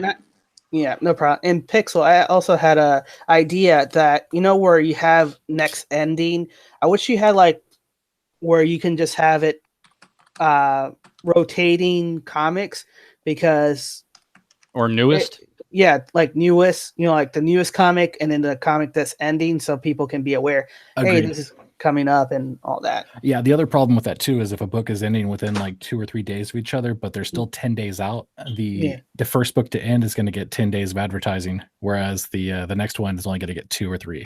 So it's definitely something I'm going to address in the next version. This site was literally thrown together in about 2 days. All the back-end programming on it and everything. So the site itself has its old database and everything. It's up on a site. And then I have a computer sitting on my desk at home that updates that site every 10 minutes approximately. It actually goes out to, to the Indiegogo site, captures all the information for all of those sites, and then pushes it up to Indicron. So there's going to be there's going to be a lot of extra stuff that happens over time. I'm going to try to take it away from being run at my house for the updating part of it. But again, I mean, this was just something to slap together and mostly get a proof of concept, and then it just kind of blew up. Can I ask you something about that? Yeah. How do you pick which project get added to the Comicsgate Indicron? So good question. So there are a couple things that I try to do whenever a creator comes and talks to me about a book that they want to produce. I don't want to gatekeep anybody, but there are certain things that I look for. And specifically, I have a message that I give to every single creator. And actually, let me pull it up real quick, just so I've got the wording for it. Let me see here, because I've been doing this with everybody, and the main thing is to make sure they understand what they're stepping into, because there are indie creators out there that may not understand a lot about what Comicsgate is or the kind of heat that they may get. And so the first thing I tell them is, when they're listed on Indicron, You're going to be placed alongside books that are publicly announcing that they're part of Comicsgate or are Comicsgate friendly. And because of that, their appearance on this list is going to at least show them as being friendly to Comicsgate. And so I want them to understand that they're saying they're okay with being part of our group, and they understand what the implications are for that. The second thing that I ask every single person, and this kind of goes back to what you were kind of going hard on earlier, Sketch. Yep, I asked them straight up. I said, number 2, we view the indie comics, especially right now, as a growing and fantastic opportunity for both the creators and the fans. As such, ensuring commitment to fulfillment of your campaign after the funds and stuff get to you, and upholding a high level of decorum with the backers and the community is necessary. So they can't be talking crap to the community. They can't be acting like fools in front of everybody. They need to be professional to our fans and backers. Let's run it live stream, then they can just be a fool. Right. Exactly. And so there's all of that kind of stuff coming up. And then I just say, the fans are what make this movement, and respecting them is paramount to your success. So if you're okay with that, if you're okay with that, and you're if that sounds good to you, I'll welcome you to IndieCron, and then I'll start talking more about getting their information online. There are certain books out there, certain creator that we all kind of don't want to mention, but he's out there. Mention. We're not scared. Sure. No. Well, so for instance, Vox. I have an issue. I mean, Vox, I understand what he does. I don't know if I would put Vox's stuff on IndieCron. I haven't been asked to put anything on there, and the only reason I haven't done it yet, primarily, is because alt-right is exactly what this movement has said they don't want to be. They don't want to be called the names and stuff that the alt-right are considered. And so for me, I'm looking at this going, okay, if this book is considered that, if this is from a label that says that they are this or embrace that type of mentality, I can't put that weight on the community. I'd actually pull out Flying Sparks. I'm not going to pull out Flying Sparks right now. Flying Sparks is going to end anyway soon. I know what your feelings are about. Yeah, I know what your feelings are about John. However, most of the creators have. Oh, it's not my feelings. It's his words out of his mouth that I don't agree with. The other creators in the community have been okay with him. At this point, I'm not pulling it out. If something comes along later, we can talk about it. But at this point, right now, I'm going to leave it the way it is. But it could change later. We have. I mean, there's no harm in it being there at the moment. Okay, I can get down with that. Yeah, there's a lot of mixed feelings about John in the community. The future, for sure. the future. I can't be on anything that's in any way giving 1 cent to Vox De La Rose or Vox Day. If it has anything to do with Vox De La Rose, I don't care if Chuck Dixon is on it. I don't care if Jesus Christ is on it. I'm not giving a penny. The main thing I want to just point out, though, for the absoluteness here, is the community speaks with their wallets. And so regardless of what list they're on, the community is going to speak with their wallets. And if the book is promoting something that people don't like, the people aren't going to buy it. And that's the way it's got to be. No, it's not just what they're promoting. It's what these people represent, what their personal philosophies. For a long time, we thought that the philosophy of John De La Rose and the philosophy of Vox Day was different. But we heard different. We heard that they were the same from his own mouth.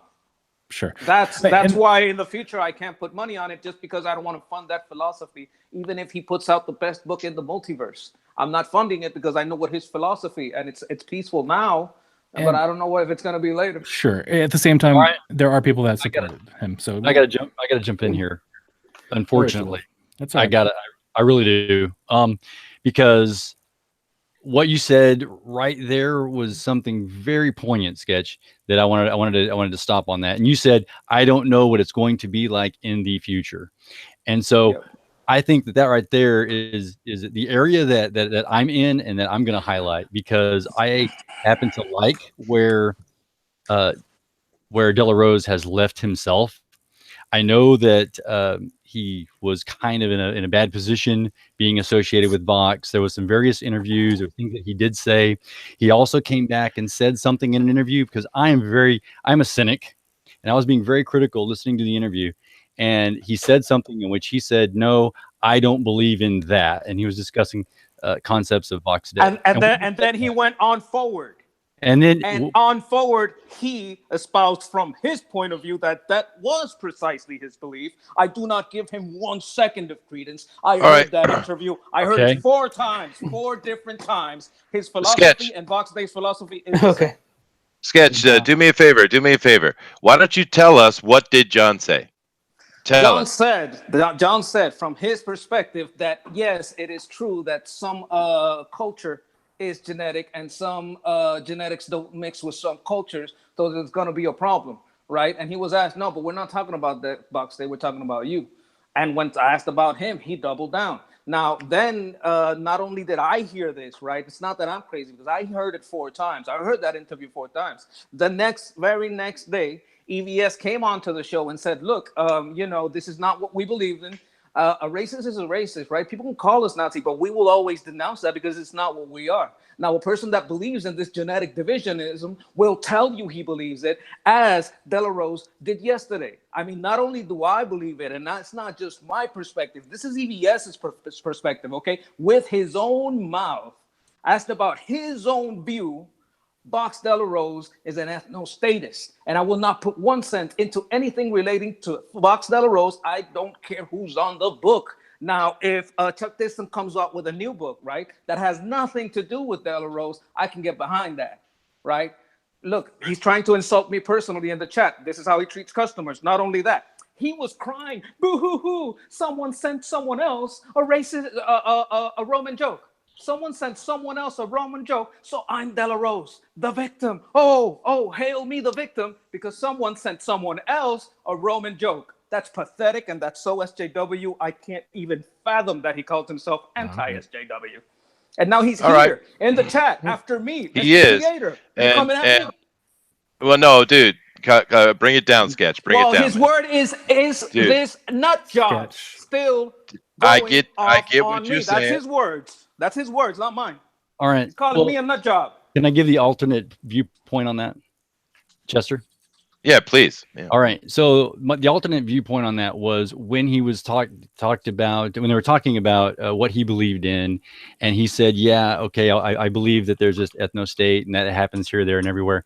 Here's the key phrase that, because I didn't say this before, I'm gonna let you in the key phrase that got me in there, is it was on Roe's show, Ro Kavir, and he asked him, okay, I don't care what you think, because I was thinking this myself. I'm like, man, I want to be in there debating because I want to pin him down on this particular point. And then Roe did it, and I thought, good job on you there. He said, I don't care what. That's not the only thing he did, though. Sketch, he also to talk, buddy.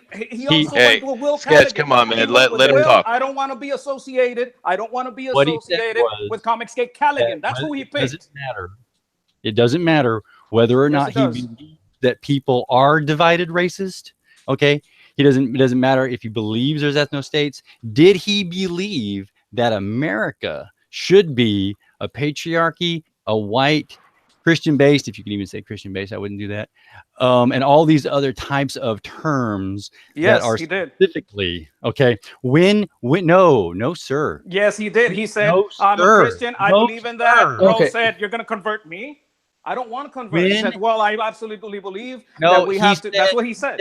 That's what he said. That is silly. He said, that is silly, and I do not believe that. Which means no, you're going backward and forward. He said that before, and then later, when asked about conversion, about people are not going to accept like this religious thing, people are not going to accept this dividing of the genetics. He says, well, I absolutely believe in the conversion of everybody, and I don't like twisting the timelines back and forward when it's convenient. You can't go back to, well, I think that's silly, and then forget that he went forward after that when asked about his view, not someone else's view, his view. All right. And from the point he was asked about his view, it's no longer about Vox Day. All right. It's about what he believes. Right. And when he asked what he believes, he did believe. Look at the timestamps. He did believe that America has to become a Christian state. He said that culturally some genetics don't mix. That's what he said. All right. Out of his mouth. I'm coming in here now, Sketch. I'm coming in here and I'm gonna give my opinion on this, all right? I'm not lying. No, I'm gonna give you mine. The way I look at this is this community has many different people with many different opinions. There are many people in this community that love John Del Rose, and I am one of them. I don't Now care. I understand. Now I understand the point that you guys are making, and I get it. And I think the situation is Vox got John got stuck in the middle of the whole Vox thing. That's what I think happened. Okay. Let's All say right. let's say I give you. Let's forget about the Hold on. ethno state. Let's forget about the ethno state. He picked. Sketch. He picked Will Callaghan. Will, I don't want to be associated with Callaghan as his partner. He said it's okay what Vox Day did. He went on the record the next morning and said Vox Day did nothing wrong. Okay, on All the right. record. This is what he says. He's not Hey, only wrong Sketch, about his are you going to religious let me faith. talk on my own show or what, brother? Okay, You hearing me? just look at the business side. Yeah, I'm just saying this. Let me talk. You had your piece. Now it's my turn. All right. Now, as I was saying, I understand that there are many opinions on John, and that's fine. Is my point. If you are against him because you don't like the things he says, or you think he says, or whatever, that's fine. You don't like Box Day, that's fine. You don't have to like everyone. That's not important. That's not necessary. Some of us do like John. I personally think he's a really nice guy, and I like what he's doing. Now I understand all that stuff with Vox and all that ethno state stuff, and to be honest with you, I'm not going to sit here and talk on it because I don't know it in depth. And if there are some views that are coming out of there that are against what I believe in, well then that's fine. But as far as comic books and my interactions with John on chats and things like that, with moderating for Mike, I like him, and I understand the controversy, and I hope it works itself out. But it's just the way it's going to be, and someone is really heavy on that keyboard. But anyway, I do appreciate the conversation, Sketch. I do, and you know what I'm going to do? I am going to have John De La Rose on this show next week, if he will come on, and we will discuss it. And we will see exactly what's going on from his point of view. So maybe we can clear this up once and for all so that we can move past this point, which I personally think is silly. Right? I have three issues. It's not one. It's three different issues. Number You one, can he have attacked 1,000 Rose. issues for all I care, man. Number You two, can have 1,000 issues. I don't care. I want to hear his side of the point because you keep saying he said stuff. Other people said he's saying stuff. I want to hear what John has to say, if that's okay with you, brother. I like John. He's always So do I. super nice. Now, I don't know if he'll come on this show, but I'm going to have him on next week if he wants to come on. And I want him to come on the show, and I want him to tell us exactly who he is and exactly what he thinks. Because I love his book. I love what he's doing. He's a very sweet guy as far as what I've seen, and I want to put an end to it. Now, in the end, if he does hold the views that Sketch says, well, I don't want nothing to do with it. So I want him to come on, and I want to talk about it because from what I know and all my interaction with John, he seems like a really nice guy. So how's that, Sketch? Can we do that? Can we have him on here next week and have him tell us exactly who he is and what he's doing, and then we can go from there? Is that cool with you? Hey, that's cool. You can do whatever you want, but Jeffrey Dahmer was, by all statements, a very nice guy. That doesn't mean he's a good guy. Wow, dude. All right. Yeah. Well, anyway, I just want nice to point doesn't out, convince though, me. All right, these people are very nice until they get your money, right?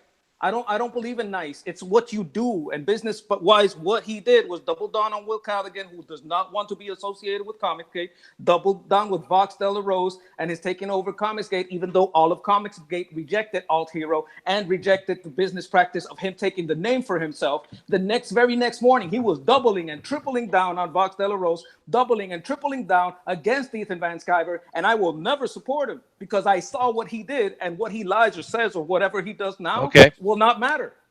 All right, that's cool. All right, Pope Fire, say what you want to say. I came back because I got a message saying some so nice things were.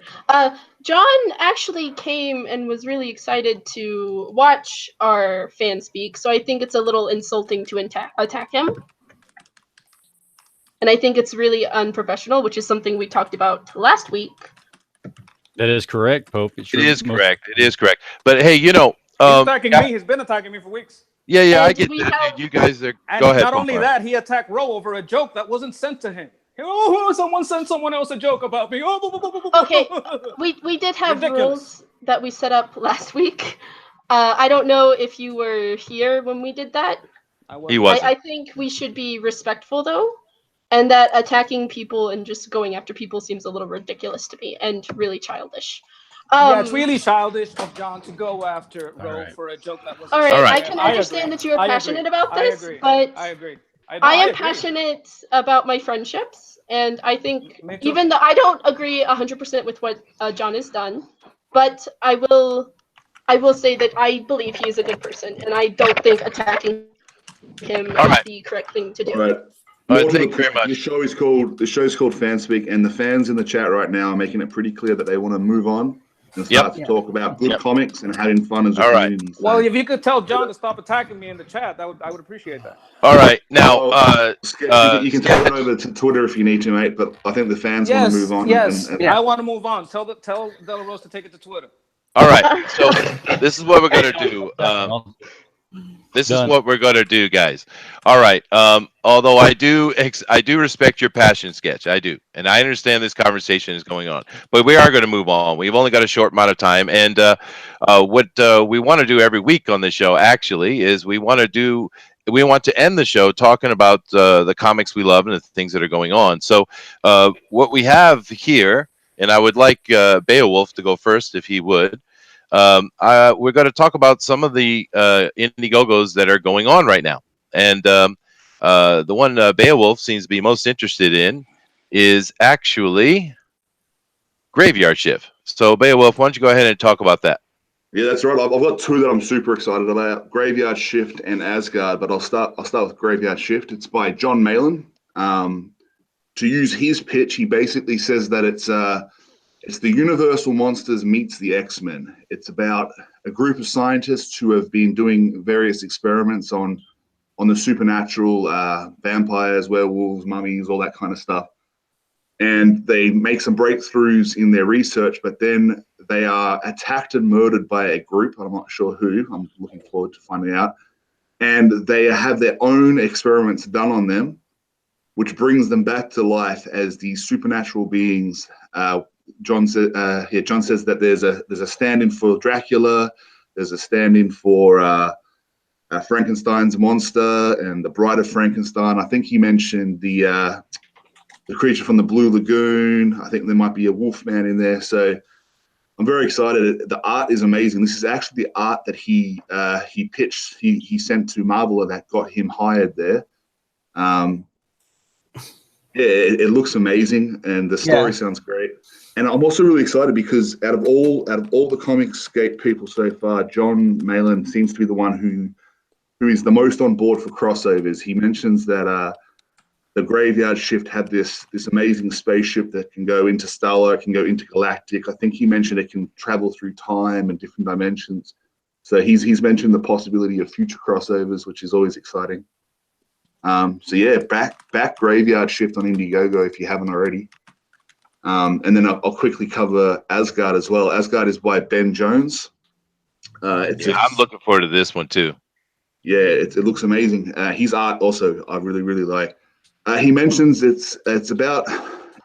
follows the story about a man and his daughter, a daughter that he disowned, and now he has to deal with the fact that he disowned her a long time ago.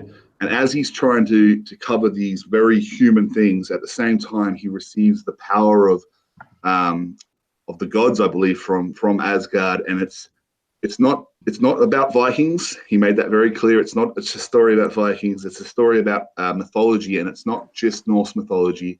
It covers a whole range of mythologies. Greek. I think he has Egyptian in there. I was watching him draw a panel the other night where he had Karen, the boatman, was fighting a giant, and there was a couple of other gods from different pantheons all fighting. I'm very excited. I'm looking forward to learning more about it as he goes on. And if you got the cash, definitely back it on Indiegogo, and I'll post those links in chat now. Yeah, I think it looks great, man. And Graveyard Shift as well looks wonderful over here. Yeah, all right. Well, let's go over to DeWolf, because I know he's got a favorite, and I'm pretty sure that's this one. Well, it's kind of funny in light of the argument because last night we were kind of setting up what we were going to talk about, and I said, yeah, I kind of like Flying Sparks. I'm kind of into what's going to come out from De La Rose and see what's going to be there. But honestly, really the one that got me involved in this whole program, I mean, EVS kind of got me interested, but it was Red Rooster that really just caught my attention, and I love the story concept of this man back into the I believe it's the 30s, 1930s. So it's a different era. There's different types of sensibilities, values, and there's the mantle of the Red Rooster is handed down over centuries. So something about this, happens before, and there's the Order of the Dawn, of which the rooster crows at dawn. I'm not sure if that's going to have something to do with a little scripture sometime about a rooster crowing 3 times. Mitch hasn't revealed that, but that's my guess that it might go back to biblical times there. And it just looks really, awesome and great. It's got the biplanes in the background. His cape even has holes in it constantly because he jumps over fences and capes catch on things, and it's his little tribute to the concept that costumes can get torn up and stuff. And so Red Rooster just really looks like it's much more than just one man, one superhero, but just a larger story and a bigger world. Yeah, no, it looks great. I'm anticipating this one as well, man. There's so many I've backed, so this one looks really cool. Popefire, since you're on here, why don't you go ahead and talk about the one that you're interested in? Oh, really? Please. Okay, so I really, really love Lone Star. Mike Miller is probably one of my top 3 favorite artists of all time. I am so ready for this book. Yeah, me too. Sorry, I'm in the middle of a game. Well, I can take over and talk about Lone Star if you like. This is certainly one of my my most anticipated. I like this one in Asgard. I think looked the coolest to me. Of course, Mike S. Miller is making this one, and Lone Star is really cool. I mean, one of my favorite Marvel comics is Captain America, and this is taking Captain America and mixing it with the kind of like mixing it with the show Supernatural, and that just sounds really cool.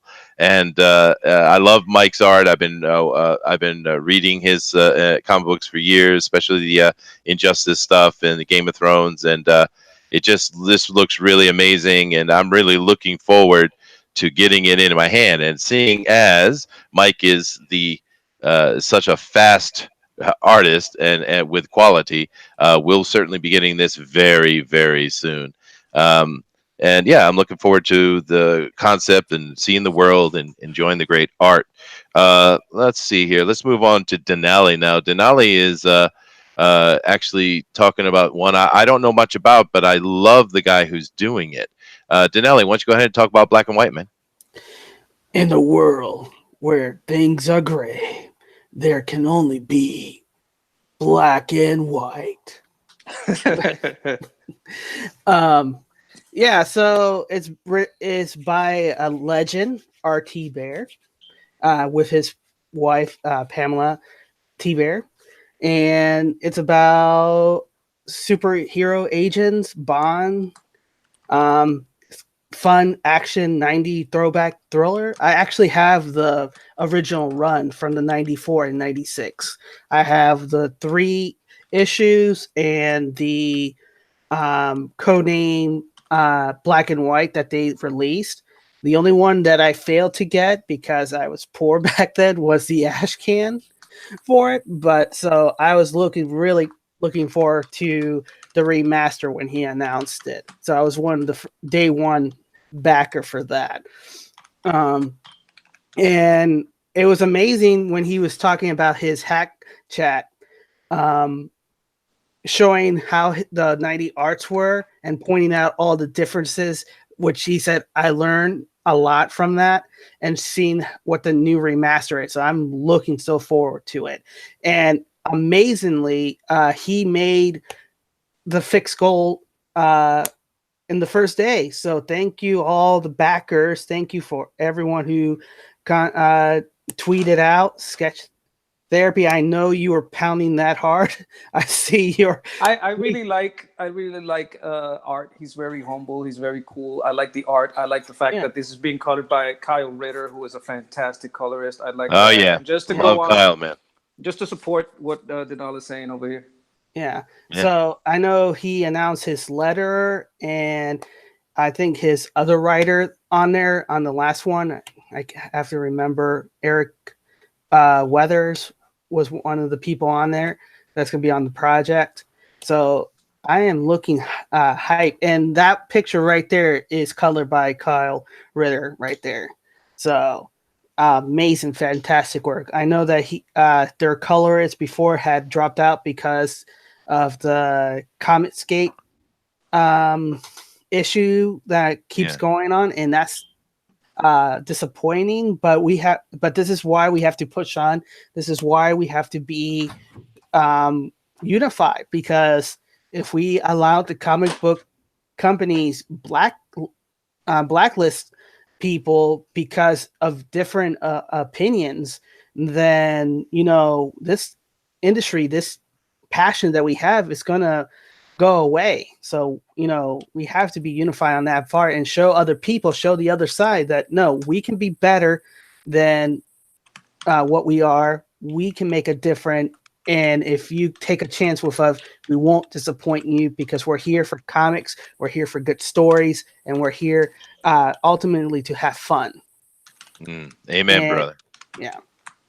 No, I love the look of it too. Black and white looks nice. Sounds like Sketch is interested in it too. And I agree with you, Sketch. My RT Bear seems like a really nice guy. I like him. Let's jump over to Pixel. Pixel, he's going to talk about a really interesting Indiegogo. Yeah. So when Chromosome 96 hit the scene, it still hasn't really got a lot of legs yet, but the first thing I noticed was that logo. That just threw me right back into like 80s kind of that really gross kind of Attack of the Killer Tomatoes and that kind of just nasty type of artwork and stuff. And so when I was looking at this and I'm scrolling down, at first I thought the artwork looks a little bit childish, but as I looked at it more and more and started picking up more of the pieces and really kind of digging into it, I love it. It's one of these books that I think is simple, but the artwork has so much little details and stuff like hidden in it. I don't know if anybody in chat has I don't know how old everybody is, but I'm sure some people may remember these little dolls from the 80s that were called Muscle. And they're like about an inch, maybe an inch and a half tall, single color, like pink or purple or something. The main villain here, which is a virus that gets a human form, it wound up being the first thing I noticed, and I could have swore I'd seen Muscle characters kind of like that because they all had weird bodies and big old buffed out muscles and stuff. But over time, I talked to Louis Michael, the creator of this, and he kind of gave me some backstory and took me through a lot of this. And then he also just recently sent me a link to kind of the creative process that he had gone through. And this book has been in development for a long time, and it's definitely a passion project for him. And I'm really, really excited for him. I want to see him make it. And right now, it doesn't have a whole lot of backing, and he's been he just recently had some issues, some personal issues that he had to deal with, and so he hasn't been able to give the attention to the campaign that he really needed. The work is pretty much done. He's ready to go with this thing. There's, I think, just a little bit more left, but overall, the book looks great, and I would really like to see him get some more attention and get some more funding. And Pixel Creator, question. I know when I was modding for Edwin's chat last night, a lot of people were asking, kind of like what Sketch Therapy was saying. It's like, what else has he produced? How is he going to fulfill it? And I know you kind of touched briefly on that, and this is a project that you're looking forward to, and you've been in contact with the artist. Yeah. Is there any other works of art that he's published or distributed, or is this commission only? Do you know anything? Or I know he had a YouTube and I think Twitter handle as well about it. Yeah, I haven't dove too far into that with him yet. My main thing was just talking about the characters and the story as far as it is currently. But I think this has been kind of one of those ongoing passion projects for him that he's just kind of put as much time into it as he could over the years and hasn't really done a whole lot of other stuff. So it's going to be a test for him. And since he's over in the UK, the publishing and getting it to the US is going to be a little bit different as well. I'm not sure how he's really planning on handling all of that. I'm sure the shipping is going to be pretty high for some the of that. art style looks familiar. It reminds me of children's book, British children's book, or British cartoons, but I'm talking about 70s and 60s. Yeah, it definitely has that retro kind of European style to it. Obviously, it should. He's from the UK. When I was traveling in Europe last year, I went to a museum in, I believe it was Brussels, that had just a ton of artwork from a lot of European artists and stuff. And it was really, really cool just to see how different the style is, but how the storytelling is kind of the same across the genres. You still have really cool artwork and stories that are being told, but just with a whole different art style. It's pretty impressive. So at first, like I said, it looks a little childish at times when you look at it, but when you really start to dig into the artwork, it's got a lot of detail in there, and it looks like a really big passion project. It looks familiar to me. I've seen something like this, a cartoon like this, a book like this when I was a kid. I know it's probably a kid, so it's probably from the 60s or the 70s, but it looks very familiar to me. I'm not saying it's unprofessional at all. I'm just saying it looks familiar to me. I don't know where I'm hitting me. For me, it reminds me of the old Ninja Turtles, Teenage Mutant Ninja Turtles comics. With, I would agree. With Bebop and Rocksteady. That's kind of what the image evoked with me when I saw that image. Yeah. I know a lot of it's heavy metal as well, heavy metal vibes with the comics and AD comics with the old Judge Dredd and those lines of comics. I get more of a Where the Wild Things Are. I don't know if you guys remember that children's book, Where the Wild Things Are. Oh yeah, a little bit. Yeah. So I'm more pulling from that, but there's not that artist specifically, but an artist that has somewhat of a similar feel, but it has like a thicker lines, like you see here.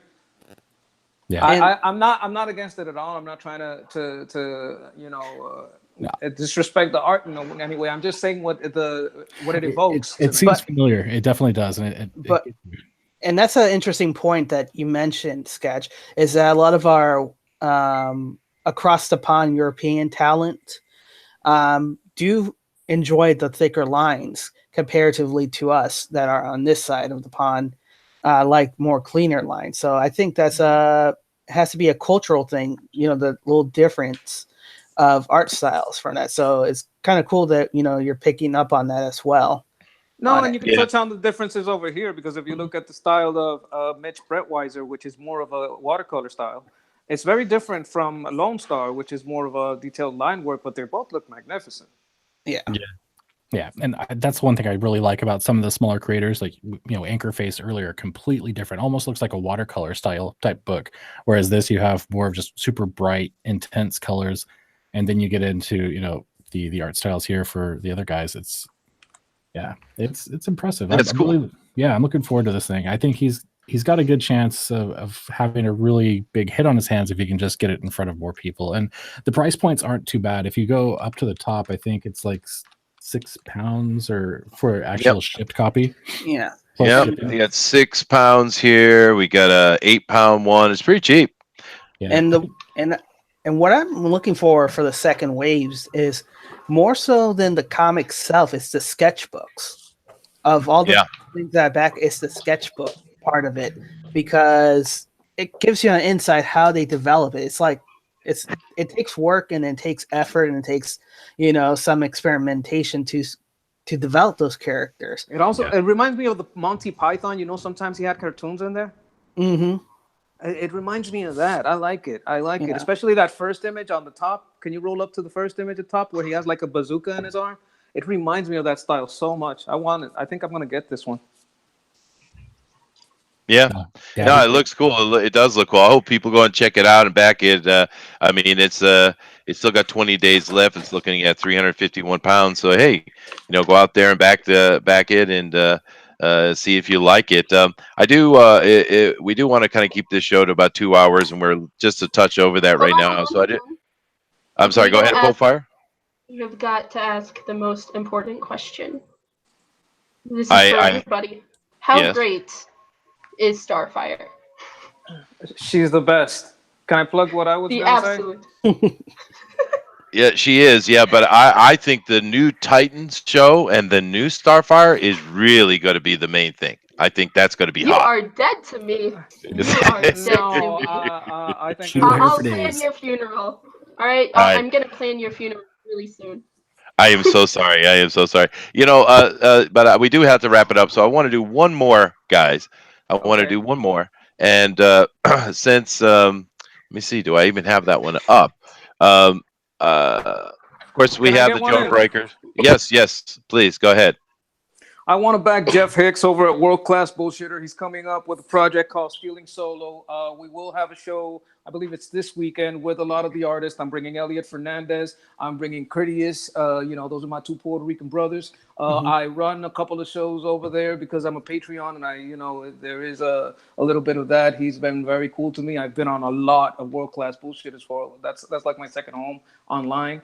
And we will be having that. I am going to try to bring Gary Shipman too because I like his art. So I'm going to try to bring back Gary Shipman over there. Elliot Fernandez, Critias. That's going to be. We also had the comic book show at World Class Bullshitters Part 1, which I also ran over there. You can check it out on the World Class Bullshitters channel. We're gonna have Star Wars fan films, which I ran last time with Mike Miller and Ivan Ortega from Geeks and Gamers. So I do a lot of crossover work, and that's my main emphasis. I like to cross over different things like the movie gate, the gamer gate, and the comic gate, just to bring together audiences. And that's my purpose over there. I'm going to take these artists over there to that audience, and I want to also back him, who has given the comic book audience a lot of support over here. And the way you can do that is by backing Stealing Solo. Stealing Solo is a comedy. It's just a straight up comedy. It's not a superhero thing. It's about these guys that are really upset about The Force Awakens and Last Jedi.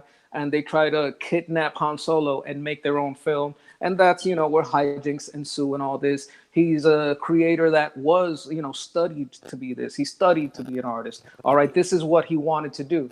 Right, he wasn't able to do this because basically the Marvel it wasn't good. The DC it wasn't good. He didn't want to get into it. It was a bad scene. It was a bad industry, so he stayed out of it. But we will be over there. There's about 70,000 viewers. I usually when I run a show, it goes in about 300 to 400 viewers. And if you guys want to head on over there and support it, I completely appreciate it. I know I'm a little bit passionate about the customer perspective. I hope you forgive me for that, but that's never going to stop. And that's just who I am. And I want to say I don't want that to reflect on these other people because we're all different. And I want you to support these guys. So coming soon, it's going to be as far as I can gather so far. I'm also going to have them on that umbrella guy because I organized some show over there sometimes too. On my last show, we had Robbie Rodriguez stop by. That was his first appearance. We had Nasser. His first appearance was with me. That's the first time you saw Robbie Rodriguez was when I was over there on that umbrella. Ah, man, that Cecil bit is hilarious, man. So so I am a backer of that book, Sketch Therapy. I do listen to Jeff and the gang. I'm number 367 on Stealing Solo, and to give you and to give you some Star Wars news because I know World Class is all about Star Wars. Solo. There's been some informants and leaks that have reached my ears saying that they're betting on people buying the version of Solo because if it tanks even further, they're going to have an option to remove the audio from L3 and put like robot beep, beep, beep, boops in place of that to get rid of it. Saying, hey, you change it because they need to make money. So the Phantom Menace need to hold firm in that, hold firm in the decision whether to keep supporting that or not. Yes, that's good. I don't think there's much hope. I think just like people believe that Solo would maybe make $1 billion, but not that much, and then they went to the reality that no one went. That's going to be the reality for Plan 9, Chapter 11. And it's just bad business decisions. If I was on Wall Street and you're a day trade, I'd go ahead and short Disney because their parks are invested into Disney, which is not doing well. They took the original trilogy and sold out the streaming rights. And yes, Starfire is best. They stole the streaming rights for making Solo. It's just bad business decision after bad business decision, and they spent all their capital on Fox, and they won't be able to manage that either. Yeah, and then my informant also said that Raylo is going ahead in this 2-part episode 9 movies. Oh, I really? cringe. Yeah. I cringe. I can't Wow. show you, but I'm cringing Yeah. right now. So Well, yeah. Hey, Sketch, can you tell me who is the guy that's doing the comic specifically? I mean, who's the artist? Who's the writer? Jeff Hicks, he runs World Class Bullshitters. When you Yeah, hear I know. the main voice, his name is Jeff Hicks, and he is the person that's doing the art himself. He's the person that found Wow, himself. he is a good artist, man. Yeah, he's good. No, he's good. He's having he's going through the process of going through the colors and all this, just like Black and White did. And he's a little bit more inexperienced, but each of these creators is a company, and together they are a conglomerate, and they can help each other out with printing issues and all this. It's a little bit of access that they have for each other, but it's going to be good. It's going to be delivered, and you can catch World Class Bullshitters over there on their show. They have a lot of merchandise specifically. Oh yeah, I've certainly Stealing watched Solo. their stuff. Yeah. All right, thanks a lot, Sketch. That's good information, and the art does look amazing, and it's a funny premise too. And once again, thanks for having you on, Sketch. I do value your opinion. So let's go over here. Pope Fire, you got anything to say before we go? No. Okay, Starfire is best. I got it. Pixel, yes, you got something? Yes. Starfire is best. Pixel, you got anything to say before we go, man? Just check out my my YouTube channel. I'm trying to get to 100 subs. Once I hit 100 subs, I'm going to give away some of those sketch cards I'm working on. I'm also got a couple books in development, which are probably going to have some information later on. This weekend, I'm meeting with my writer, and we're going to decide which one goes first.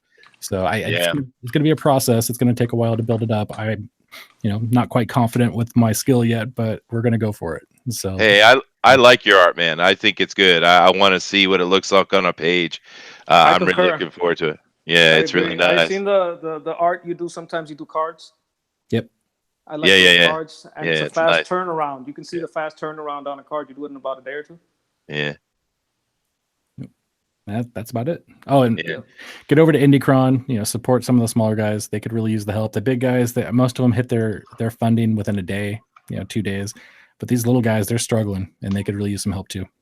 That's true. And I think that go ahead, Pope. Go ahead. Oh, definitely. Like, if you're not already part of our Facebook groups, definitely join those. The members we have, the better. Absolutely, and please, everyone, go out and go over and check out IndieCron. I think that is an invaluable site for us as a community itself. I think also it's something that the pros have absolutely talked about and mentioned, and I know they're paying attention to it. And I really hope that they communicate with Pixel Trader and try to work out a way where we can use IndieCron as a way to get these Indiegogos to drop in a more efficient way, a way where we can handle it as a consumer, back it as much as we can. And I think maybe next week we should talk a little bit about what can the average person handle in a month. I mean, we need to talk about that, I think, and I think it would be a good conversation. Humphrey, are you sitting here with me? Yeah. Why don't you go ahead? You got anything to say before we get off? Yeah, I wanted to say, right now I'm just drawing for fun, and I'm making some videos. So I'm just getting started on YouTube. So I'm just making a few things. So I'm not ready to launch it yet. Oh, okay. Well, use IndieCron, please. But yeah, and of course, Humphreys, like I said, he made the icon for this show. He did the comic book, mock-up, and I think Humphrey's got some skills, man.